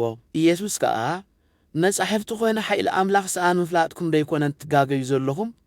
ካብ ሙታት ምስ ተንስኡስ ከምቶም ኣብ ሰማያት ዘለዉ መላእኽቲ ኣምላኽ እዮም እምበር ኣይምርዓውን ኣየመርዓዑውን እዮም። ሙታት ከምዚ ትንስኡ ኸ ኣብቲ ብዛዕባ ቖጥቋጥ ዝዛረብ መጽሓፍ ሙሴ ኣነ ኣምላኽ ኣብርሃምን ኣምላኽ ይስሐቅን ኣምላኽ ያዕቆብን እየ ኢሉ ከም ዝተዛረበሎ ኣየንበብኩምን ኢኹም? እምበኣር ንሱ ኣምላኽ ሕያዋን እዩ እምበር ኣምላኽ ሙታት ኣይኮነን። ንስኻትኩም ግና ኣዚኹም ትጋገዩ ኣለኹም ኢሉ መለሰሎም። ካብቶም መምህራን ሕጊ ሓደ ክርክሮም ሰሚዑ ጽቡቕ ከም ዝመለሰሎም ከዓ ርእዩ ቀረበ። ካብ ኩለን ትእዛዛትሲ ኣየነይቲ እያ ቀዳመይቲ ኢሉ ድማ ሓተቶ። ኢየሱስ ከዓ እታ ቀዳመይቲ እዚኣ እያ፣ ኦ እስራኤል ስማዕ፣ እግዚኣብሔር ኣምላኽና ንሱ በይኑ እግዚኣብሔር እዩ። ንእግዚኣብሔር ኣምላኽካ ብኹሉ ልብኻን ብኹሉ ነፍስኻን ብኹሉ ኣእምሮኻን ብኹሉ ሓይልኻን ኣፍቅሮ። እታ ቀዳመይቲ ትእዛዝ እዚኣ እያ። እታ ንኣ እትመስል ካልኣይቲ ድማ ንብጻይካ ከም ነፍስኻ ኣፍቅሮ እትብል እያ። ካብዚኣተን እትዓቢ ትእዛዝ የልዎን ኢሉ መለሰሉ። እቲ መምህር ሕጊ ከዓ መምህር ብሓቂ ጽቡቕ ተዛሪብካ፣ ኣምላኽ ሓደ እዩ፣ ብዘይካኡ ድማ ካልእ የልዎን። ብኹሉ ልብኻን ብኹሉ ኣእምሮኻን ብኹሉ ሓይልኻን ከተፍቅሮ፣ ንብጻይካ እውን ከም ነፍስኻ ከተፍቅሮ። እዚ ካብ ኩሉ ዝሓርር መስዋዕትን ካብ መስዋዕቲ ሕሩድን ዝዓቢ እዩ በሎ። ኢየሱስ ድማ ብምስትውዓል ከም ዝመለሰ ምስ ረአየ ንስኻስ ካብ መንግሥቲ ኣምላኽ ርሑቕ ኣይኮንካን በሎ። ደጊሙ ክሓቶ ከዓ ሓደ እኳ ኣይደፈረን። ኢየሱስ ኣብ ቤት መቕደስ ክምህር ከሎ መምህራን ሕጊ ከመይ ኢሎም እዮም ክርስቶስ ወዲ ዳዊት እዩ ዚብሉ? ዳዊት ባዕሉ ብመንፈስ ቅዱስ ጐይታ ንጐይታይ ንጸላእትኻ መርገጽ እግርኻ ክሳዕ ዝገብሮም ኣብ የማነይ ተቐመጥ በሎ ይብል። ዳዊት ባዕሉ ጐይታይ ካብ ዚብሎ ደኣ ከመይ ኢሉ እዩ ወዱ ዚኾኖ በለ። እቶም ብዙሓት ሰብ ድማ ባኺልዎም ሰምዕዎ። ክምህሮም ከሎ ከዓ ካብቶም ነዊሕ ቀሚሽ ተኸዲኖም ዚዞሩን ኣብ ዕዳጋውን ብኽብሪ ሰላም ኪብልዎም ዚፈትውን ኣብ ቤት ጸሎት ኣይሁድውን ዝለዓለ መንበር ኣብ መዓዲ ዝኸበረ ስፍራ ዚደልዩ መምህራን ሕጊ ተጸንቀቑ። ንሳቶም ኣባይት መበለታት ዚብዝብዙ ከየምስሉ ከዓ ጸሎት ዜንውሑ እዮም እሞ ዝገደደ ፍርዲ ክይቅበሉ እዮም በሎም። ኢየሱስ ኣብ መንጽር መቐበል ምጽዋት ተቐሚጡ እቶም ሰብ ኣብቲ መቐበል ምጽዋት ከመይ ገይሮም ገንዘብ ከም ዘውድቑ ይርኢ ነበረ። ብዙሓት ሃብታማት ከዓ ብዙሕ የውድቑ ነበሩ። ሓንቲ ድኻ መበለት ድማ መጺኣ 2 ሳንቲም ዝኣክል ቈድራንቴን ኣውደቐት። ኢየሱስ ንደቀ መዛሙርቱ ናብኡ ጸዊዑ ከዓ ካብዞም ኣብዚ መቐበል ምጽዋት ዘውደቑ ኩሎም እዛ ድኻመ በለት እዚኣ ዝበዝሕ ከም ዘውደቐት ብሓቂ እብለኩም ኣለኹ። ምኽንያቱ ኸዓ ኩሎም ካብ ተረፎም እዮም ዘውደቑ። እዚኣ ግና ካብ ድኽነታ ዘለዋ ኩሉ ጥሪታ እያ ዝሃበት በሎም። ምዕራፍ 13 ኢየሱስ ካብ ቤት መቕደስ ክወፅእ ከሎ ኸዓ ሓደ ካብ ደቀ መዛሙርቱ መምህር ክንደይ ዘይገርም ኣእማንን ህንፃን ከም ዝኾነ እሞ ተመልከት በሎ። ኢየሱስ ከኣ ነዚ ዓብዪ ህንፃ ዶ ትርኢ ኣለኻ? ኩሉ ኪፈርስ እዩ። እምኒ ኣብ ልዕሊ እምኒ ተነቢሩ ዝተርፍ የልቦን ኢሉ መለሰሉ።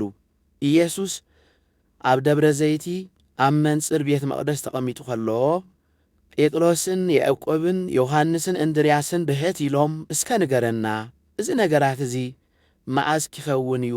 እዚ ኩሉ መዓዝ ከም ዝፍጸምከ ምልክቱ እንታይ እዩ እናበሉ ሓተትዎ። ኢየሱስ ከኣ ከምዚ ኺብሎም ጀመረ፣ ሓደ እኳ ከየስሕተኩም ተጠንቀቑ። ብዙሓት ኣነ ክርስቶስ እየ እናበሉ ብስመይ ክመጹ እዮም፣ ንብዙሓት ከኣ ከየስሕቱ እዮም። ውግእን ወረ ውግእን ምስ ሰማዕኩም ኣይትሸበሩ። እዚ ኺኸውን ብግዲ እዩ፣ እንተኾነ መወዳእታ ገና እዩ። ህዝቢ ኣብ ልዕሊ ህዝቢ፣ መንግስቲ እውን ኣብ ልዕሊ መንግስቲ ኺለዓል እዩ። በቢቦታኡ ምንቅጥቃጥ ምድርን ጥሜትን ክኸውን እዩ። እዚ ነገራት እዚ መጀመርታ ቅልውላው እዩ። ንኣቶም ምስክር ምእንቲ ኺኸውን ብኣይ ምኽንያት ንፍርዲ ኣሕሊፎም ክሂቡኹም፣ ኣብ ኣብያተ ጸሎቶም እውን ኪገርፉኹም፣ ኣብ ቅድሚ መኳንንትን ነገሥታትን ከኣ ደው ኪብልኹም እዮም እሞ ንርእስኹም ተጠንቀቑ። ቅድም ግና ንኹሎም ኣሕዛብ ወንጌል ኪስበኽ ግድን እዩ። መንፈስ ቅዱስ እዩ እምበር ንስኻትኩም ኣይኮንኩምን እትዛረቡ። ስለዚ ኣሕሊፎም ኪሂቡኹም ምስ ወሰዱኹም እቲ በታ ሰዓት እቲኣ ዝወሃበኩም ደኣ ተዛረቡ እምበር እንታይ ኢልኩም ከም እትዛረቡ ኣቐዲምኩም ኣይትጨነቑ። ሓው ንሓዉ፣ ወላዲ ንውሉዱ ኣሕሊፉ ንሞት ኪህብ እዩ። ውሉድ እውን ኣብ ልዕሊ ወለዶም ተንሲኦም ኪቐትልዎም እዮም። ምእንቲ ስመይ ከኣ ኩሉ ኪጸልኣኩም እዩ። እቲ ክሳዕ መወዳእታ ዝዕገስ ግና ንሱ ኺድሕን እዩ። እቲ ብነቢይ ዳንኤል ዝተባህለ ናይ ጥፍኣት ርኽሰት ኣብ ዘይግብኦ ስፍራ ቆይሙ ምስ ረአኹም እቲ ዘንብብ የስተውዕል። ሽዑ እቶም ኣብ ይሁዳ ዘለዉ ናብ እምባታት ይህደሙ። እቲ ኣብ ዝባን ናሕሲ ዘሎ ኸዓ ናብ ቤት ኣይውረድ፣ ገለ ኺማላእ ኢሉ እውን ኣይእቶ። እቲ ኣብ ወፍሪ ዘሎ ኸዓ ኽዳኑ ኺማላእ ንድሕሪት ኣይመለስ። በታ ቐነቲኣ ግና ንጥኑሳትን ንዘጥብዋን ወይልአን ምህዳምኩም ብኽረምቲ ኸይከውን ጸልዩ። ከመይ ካብታ ኣምላኽ መጀመርታ ፍጥረት ዝፈጠረላ ክሳዕ ሎሚ ከምኡ ዘይኮነ ድሕሪ ሕጂ እውን ከቶ ዘይከውን መከራ በታ ቐነቲኣ ኪኸውን እዩ። ነተን መዓልትታት እቲኤን እግዚኣብሔር እንተዘየሕፅረንሲ ስጋ ዝለበሰ ኩሉ ኣይምድሓነን ነይሩ። ምእንትቶም ንሱ ዝሓረዮም ሕሩያት ግና ነተን መዓልትታት እቲኤን ኣሕፀረን። ሽዑ ሓደ እኳ ክርስቶስ ኣብ ዝንሆ ወይ ኣብ ትሎ እንተበለኩም ኣይትእመኑ። ሓሰውቲ መሲሓትን ሓሰውቲ ነቢያትን ኪትንስኡ እዮም እሞ እንተተኻእሎምሲ ነቶም ሕሩያት እውን ክየስሕቱ ትእምርትን ተኣምራትን ኪገብሩ እዮም። ንስኻትኩም ግና ተጠንቀቑ። እነሆ ኣቐዲመ ኩሉ ነጊረኩም ኣለኹ። እንተኾነ በተን መዓልትታት እቲኣተን ድሕሪ እዚ መከራዚ ፀሓይ ክጽልምት ወርሒ እውን ብርሃና ኣይክትህብን እያ። ከዋኽብቲ ካብ ሰማይ ክይወድቁ ሓይልታት ሰማያት እውን ኪናወፁ እዮም። ሽዑ ንወዲ ሰብ ብብዙሕ ሓይልን ክብርን ብደመና ኺመጽእ ኸሎ ኺርእይዎ እዮም። ሽዑ ኸዓ ንመላእኽቱ ኺልእኮም እዩ። ንሳቶም ድማ ነቶም ሕሩያቱ ካብ 4 ማዕዘን ዓለም ካብ ወሰን ምድሪ ክሳብ ወሰን ሰማይ ኪእክብዎም እዮም። ምስላኡ ካብ ኦም በለስ ተምሃሩ።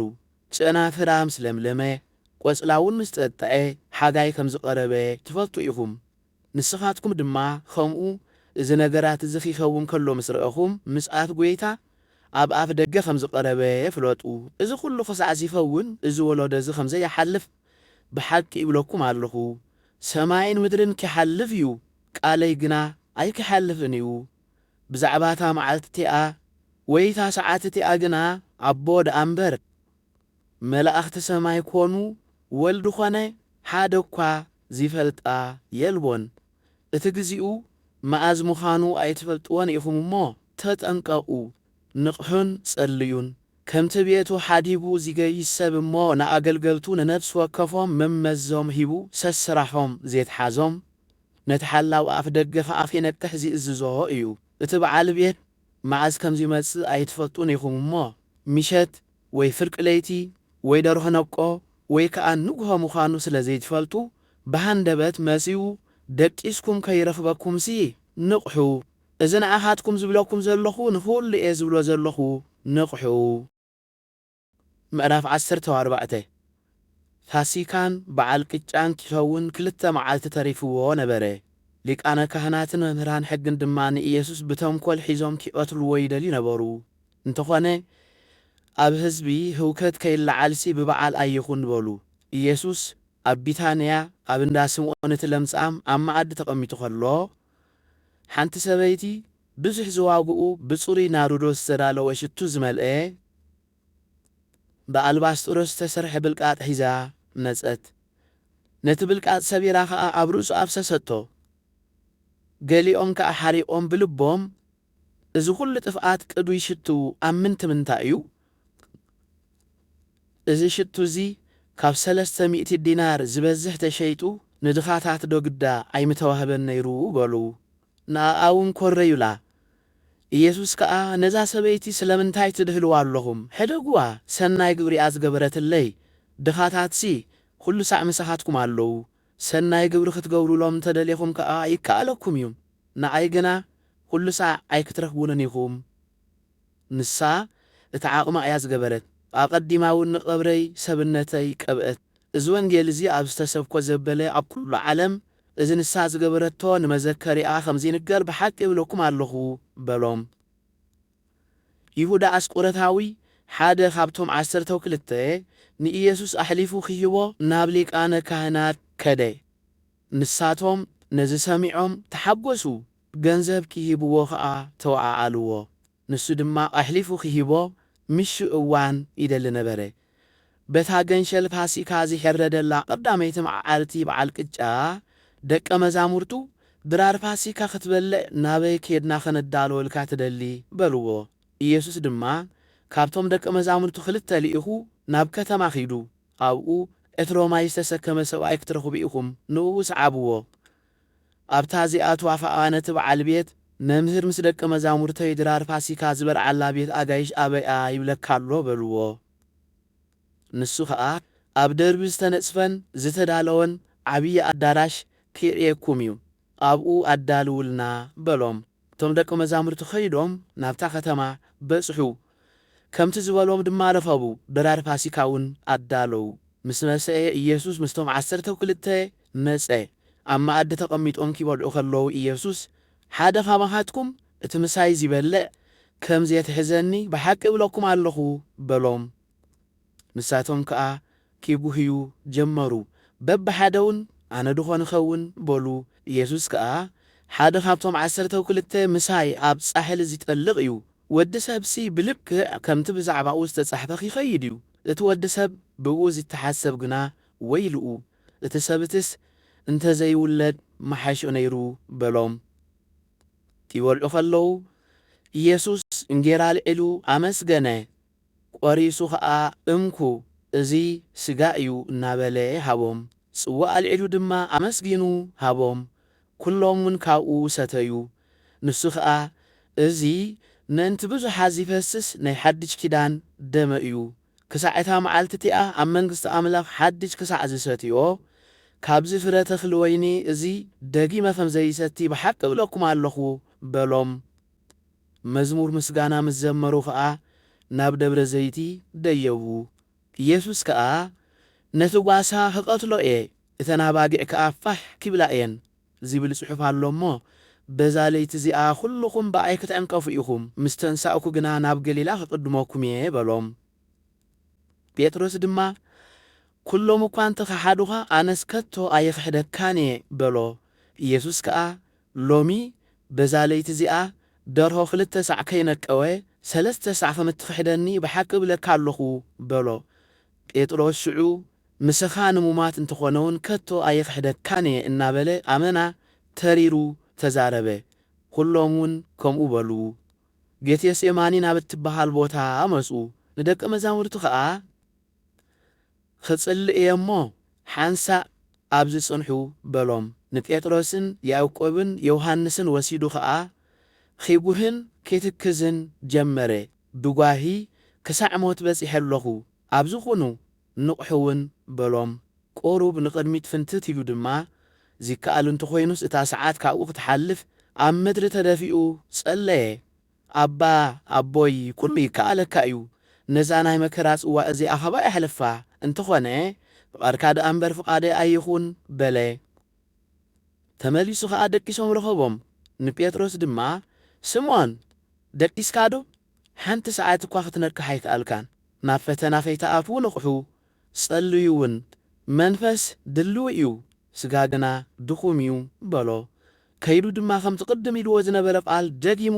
ጸለየ ካልኣይ ምስ ተመለሰ ከዓ ኣዒንቶም ባዕዚዘን ነበራ እሞ ደቂሶም ረኸቦም እንታይ ከም ዝምልሱሉ ድማ ኣይፈልጡን ነበሩ ሳልሳይ ግዜ መሲኡ ከዓ ገና ዶ ሕጂ ድማ ደቂስኩምን ኣዕሪፍኩምን ኣለኹም ደጊሙ ይኣክል እታ ሰዓት በፂሓ እያ እንሆ ንወዲ ሰብ ኣብ ኢድ ሓጥኣን ኣሕሊፎም ክሂብዎ እዮም ተንስኡ ንኺድ እቲ ዘትሕዘኒ እንሆ ቀሪብ እዩ በሎም ኢየሱስ ከምዚ ኢሉ ኺዛረብ ከሎ ብኡብኡ ይሁዳ ሓደ ካብቶም 12 መጸ ምስኡ እውን ካብ ሊቃነ ካህናትን መምህራን ሕግን ሽማግለታትን ዝተላእኩ ኣስያፍን ኣባትርን ዝሓዙ ህዝቢ ነበሩ እቲ ዘትሕዞ ከዓ እቲ ኣነ ዘስዕሞ ንሱ እዩ ኣጽኒዕኩም ሒስኩም ውሰድዎ እናበለ መፈለጥታ ሂብዎም ነበረ ሽዑ ይሁዳ መጺኡ ናብኡ ቀሪቡ መምህር ኢሉ ሰዓሞ እሳቶም ከዓ ሓዝዎ ካብቶም ኣብ ጥቓኡ ደው ኢሎም ዝነበሩ ሓደ ግና ሰይፉ መሊሑ ነቲ ግልያ ሊቀ ካህናት ወቂዑ እዝኑ ቆረጾ ኢየሱስ ድማ ከም ንኸታርዶ በስያፍን በባትርን ክትሕዙ ንመጻእኩም ዕለት ዕለት ኣብ ቤት መቕደስ እናማሃርኩ ምሳኻትኩ ነውዕል ነይረ ኣይሓስኩምንን እዚ ግና እቲ ጽሑፋት ምእንቲ ኺፍጸም እዩ ዚኸውን ዘሎ ኢሉ መለሰሎም ኩሎም ደቀ መዛሙርቱ ከዓ ሓዲጎምዎ ሃደሙ ሓደ ኣብ ጥራይ ዝባኑ ነጸላ ዝተወንዘፈ መንእሰይ ድማ ይስዕቦ ነበረ ንሳቶም ከዓ ሓዝዎ ንሱ ድማ ነጸላኡ ሓዲጉሎም ጥራይ ዝባኑ ሃደመ ንኢየሱስ ናብ ሊቀ ካህናት ወሰድዎ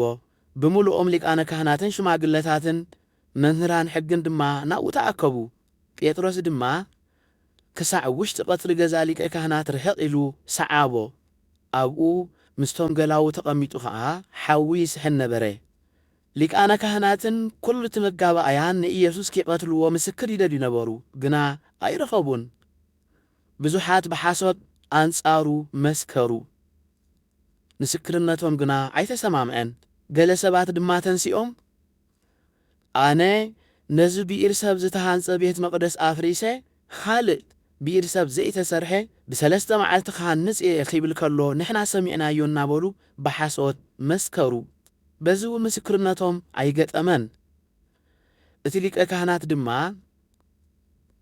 ኣብ ማእከሎም ደው ኢሉ በዚ ኣንጻርካ ዝምስክርዎ ዘለውስ ገለ እትምልሶ ዶ ይብልካኒ ኢኻ እናበለ ንኢየሱስ ሓተቶ ንሱ ግና ከይመለሰ ስጥ በለ እቲ ሊቀ ካህናት ድማ ደጊሙ ክርስቶስ ወዲ ትቡርሁ ዶ ንስኻ ኢኻ ኢሉ ሓተቶ እወ ኣነ እየ ንወዲ ሰብ ከዓ ኣብ የማን ሓይሊ ተቐሚጡ ብደመና ሰማይ ኪመጽእ ከሎ ክትርእይዎ ኢኹም በሎ እቲ ሊቀ ካህናት ድማ ክዳኑ እናቐደደ ደጊምከ እንታይ መሰኻኽር የድልየና ነቲ ጸርፊ ባዕልኻትኩም ሰሚዕኩምዎ ኣለኹም እንታይ መስለኩም በለ ኩሎም ከዓ ሞት ይግብኦ ኢሎም ተረዱ ገሊኦም ድማ ጡፍ ኪብሉሉን ገጹ ኣጐልቢቦም እናወቕዑ ተነበ ኺብልዎን ጀመሩ እቶም ገላው ድማ እናጸፍዑ ወሰድዎ ጴጥሮስ ኣብ ታሕቲ ኣብ ውሽጢ ቀጽሪ ኸሎ ሓንቲ ካብተን ኣግራድ ሊቀ ካህናት ነጸት ጴጥሮስ ሓዊ ክስሕን ከሎ ምስ ረኣየቶ ኣተኲራ እናጠመተቶ ንስኻ እውን ምስ ኢየሱስ ናዝራዊ ነርካ በለቶ ንሱ ግና እዚ ንስኽ ትብልዮ ዘለኹ ነገር ኣይፈልጦን ኣይርዳእንን እዩ ኢሉ ክሓደ ካብ ቀጽሪ ከዓ ናብ ኣፍ ደገ ወፀ ደርሆ እውን ነቀወ እታ ገረድ ድማ ረኣየቶ ነቶም ኣብ ጥቓኡ ደው ኢሎም ዝነበሩ ከዓ እዚ ካብኣቶም እዩ ኢላ ካልኣይ ግዜ ክትነግሮ ጀመረት። ንሱ ከዓ ደጊሙ ክሓደ እቶም ኣብኡ ደው ኢሎም ዝነበሩ ቁሩብ ጽንሕ ኢሎም ንጴጥሮስ ንስኻ ካብ ገሊላ ስለ ዝኾንካ ብርግጽ ካብኣቶም ኢኻ ኣዘራርባኻ የብልጠካ ኣሎ በልዎ። ንሱ ግና ነዚ ትብልዎ ዘለኹም ሰብ ኣይፈልጦን እየ እናበለ ኺምሕልን ንባዕሉ ኺረግምን ጀመረ። ብእብኡ ድማ ደርሆ ካልኣይ ሳዕ ነቀወ። ጴጥሮስ ከዓ ነቲ ኢየሱስ ደርሆ 2 ሳዕ ኸይነቀወ 3 ሳዕ ክትክሕደኒ ኢኻ ዝበሎ ቃል ዘኪሩ ብእኡ እናስቈርቈረ ኣምሪሩ በኸየ። ምዕራፍ 15 ምስ ወድሐ ብእኡ ሊቃነ ካህናት ምስ ሽማግለታትን መምህራን ሕግን ብዘሎት መጋባእያን ምኽሪ ምኸሩ። ንኢየሱስ ኣሲሮም ወሰድዎ። ኣሕሊፎም ከዓ ንጲላጦስ ሃብዎ። ጲላጦስ ድማ ንኢየሱስ ንስኻ ዶ ንጉስ ኣይሁድ ኢኻ ኢሉ ሓተቶ። ንሱ ከዓ ንስኻ ባዕልኻ እኳ ትብል ኣለኻ ኢሉ መለሰሉ። እቶም ሊቃነ ካህናት ድማ ብብዙሕ ነገር ከሰስዎ፣ ንሱ ግና ኣይመለሰን። ጲላጦስ ከዓ እነሆ ብኽንደይ ነገር ይኸሱኻ ኣለዉ፣ እኳ ዶ ሓንቲ ነገር ኣይትምልስን ኢኻ እናበለ ደጊሙ ሓተቶ። ኢየሱስ ግና ጲላጦስ ክሳዕ ዚግረም ሓንቲ እኳ ኣይመለሰን። እነሆ ከዓ በብበዓል ንሳቶም ዝለመንዎ ሓደ ካብቶም እሱራት ይፈትሓሎም ነበረ። ንስቶም ህውከት ዝገበሩን ኣብቲ ህውከት እውን ነፍሲ ዝቐተሉን በርባን ዝበሃል ሰብኣይ ተኣሲሩ ነበረ። እቶም ህዝቢ ድማ ደይቦም ከምታ ልማዶም ኪገብረሎም ኪልምንዎ ጀመሩ። ጲላጦስ ከዓ እቶም ሊቃነ ካህናት ብቕንዓቶም ኣሕሊፎም ከም ዝሃብዎ ፈሊጡ ነበረ እሞ ነቲ ንጉስ ኣይሁድ ክፈትሓልኩም ዶ ትደልዩ ኢኹም ኢሉ ሓተቶም። እቶም ሊቃነ ካህናት ግና ንበርባን መንቲ ኺፈትሓሎም ኪልምኑ ነቶም ህዝቢ ኣለዓዓልዎም። ስለዚ ጲላጦስ ከም ብሓድሽ ነዚ ንጉስ ኣይሁድ እትብልዎ ዳ እንታይ ክገብሮ ትደልዩ ኢሉ ሓተቶም።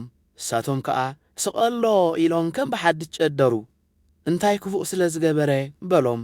እሳቶም ግና ኣመና ዓው ኢሎም ስቐሎ በሉ። ጲላጦስ ከዓ ነቶም ህዝቢ ኺሓጉሶም ስለ ዝመደበ ንበርባን ፈትሓሎም፣ ንኢየሱስ ከዓ ኪሰቕልዎ ገሪፉ ሃቦም። እቶም ወተሃደራት ድማ ናብ ውሽጢ እቲ ኣዳራሽ ማለት ናብቲ ቤት ፍርዲ ኣእተውዎ።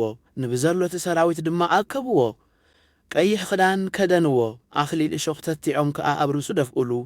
ሰላም ንኣኻ ኦ ንጉስ ኣይሁድ እናበሉ ኢድ ኪነስኡሉ ጀመሩ። ርእሱ ድማ ብዘንጊ ወቕዕዎ፣ ጡፍ በሉሉ፣ ተንበርኪኾም እውን ሰገዱሉ። ምስ ኣላገጹሉ እቲ ቀይሕ ክዳን ቀንጢጦም ክዳኑ ኸደንዎ፣ ኪሰቕልዎ እውን ኣውፅእዎ። ንሓደ ሓላፍ መገዲ ስምዖን ቀርየናዊ ኣቦ እስክንድሮስን ሩፎስን ካብ ወፍሪ ኺኣቱ ኸለኦ መስቀሉ ኺጸረሉ ኣገደድዎ። ንኢየሱስ ድማ ናብ ጎልጎታ ትርጓሜኡ ሓምሓም ርእሲ ተባሂሉ ናብ ዝጽዋዕ ቦታ ወሰድዎ። ምስ ከርበ ዝተሓወሰ ወይኒ ኺሰቲ ድማ ሃብዎ። ንሱ ግና ኣበየ። ሽዑ ሰቐልዎ። በብጽሒቶም ምንቲ ኺፈልጡ ከዓ ነቲ ክዳውንቱ ዕጫ ውዲቖም ተኻፈልዎ። ኪሰቕልዎ ከለዉ ከዓ ሳልሳይ ሰዓት ናይ መዓልቲ ነበረ። ንጉስ ኣይሁድ ዚብል ጽሕፈት ክሱውን ኣብቲ ልዕሊ ርእሱ ነበረ። ምስኡ ከዓ 2 ኸተርቲ ሓደ ብየማኑ ሓደ ከዓ ብጸጋሙ ሰቐሉ። እቲ ምስ ዓመፅቲ ተቖጽረ ዚብል ጽሑፍ እውን ተፈጸመ። እቶም ብኡ ዚሓልፉ ድማ ርእሶም እናነቕነቑ ኣየ ኣታን ቤተ መቕደስ እተፍርሶ ብ3 መዓልቲ እውን እተሃንጾ እስከ ርእስኻ ድሕን ካብ መስቀል እውን ውረድ እናበሉ ይጸርፍዎ ነበሩ። ከምኡ ከዓ ሊቃነ ካህናት ምስ መምህራን ሕጊ ኾይኖም ንኻልኦት ኣድሓነ፣ ንርእሱ ግና ፌድሕን ኣይክእልን። ንሱ መሲሕ ንጉስ እስራኤል እንተ ኾይኑ ርኢና ክንኣምንሲ እስከ ሕጂ ካብ መስቀሉ ይውረድ እናበሉ የላግጹሉ ነበሩ። እቶም ምስኡ ዝተሰቕሉውን ይጸርፍዎ ነበሩ። ፍርቂ መዓልቲ ምስ ኮነ ክሳዕ ታሰዓይቲ ሰዓት ኣብ ኩላ ምድሪ ጸልማት ኮነ። ብታሰዓይቲ ሰዓት ከዓ ኢየሱስ ብዓብዪ ድምፂ ኤሎሄ ኤሎሄ ላማ ሰበቅታኒ ኢሉ ጨረሐ። ትርጉሙ ድማ ኣምላኸይ ኣምላኸይ ንምንታይ ሓደግካኒ ማለት እዩ። ካብቶም ኣብኡ ደው ኢሎም ዝሰምዕዎ ዝነበሩ ከዓ ገሊኦም እነሆ ንኤልያስ ይጽዋዕ ኣሎ በሉ። ሓደ ግና ጎዩ ሰፍነግ ኣብ መጺስ ኣሊሁ ኣብ ዘንግ ኣሲሩ እስከ ሕደጉ ኤልያስ መጺኡ ኼውሩዶ ክንርኢ ኢና እናበለ ኣስተዮ። ኢየሱስ ከኣ ብዓብዪ ድምፂ ገዓረ፣ ነፍሱ እውን ወጸት። መጋረጃ ቤት መቕደስ ድማ ካብ ላዕሊ ክሳብ ታሕቲ ኣብ ክልተ ተተርተረ። እቲ ኣብ መንጽሩ ደው ኢሉ ዝነበረ ሓለቓ ሚእቲ ኸኣ ነፍሱ ከምዚ ኢላ ከም ዝወጸት ምስ ረኣየ እዚ ሰብ እዚ ብሓቂ ወዲ ኣምላኽ ነይሩ በለ። እንሆ ኸኣ ኣንስቲ ኣብ ርሑቕ ኮይነን የማዕደዋ ነበራ። ምስኣተን ከኣ ማርያም መግደላዊትን ማርያም ኣደ ያዕቆብ ንኡስን ዮሳን ሰሎሜን ነበራ። ንሳተን ኣብ ገሊላ ኸሎ ጀሚረን ዝሰዓባኦን ዘገልገላኦን እየን። መብዛሕትአን እተን ካልኦት ግና ምስኡ ናብ ኢየሩሳሌም ዝደይባ ነበራ።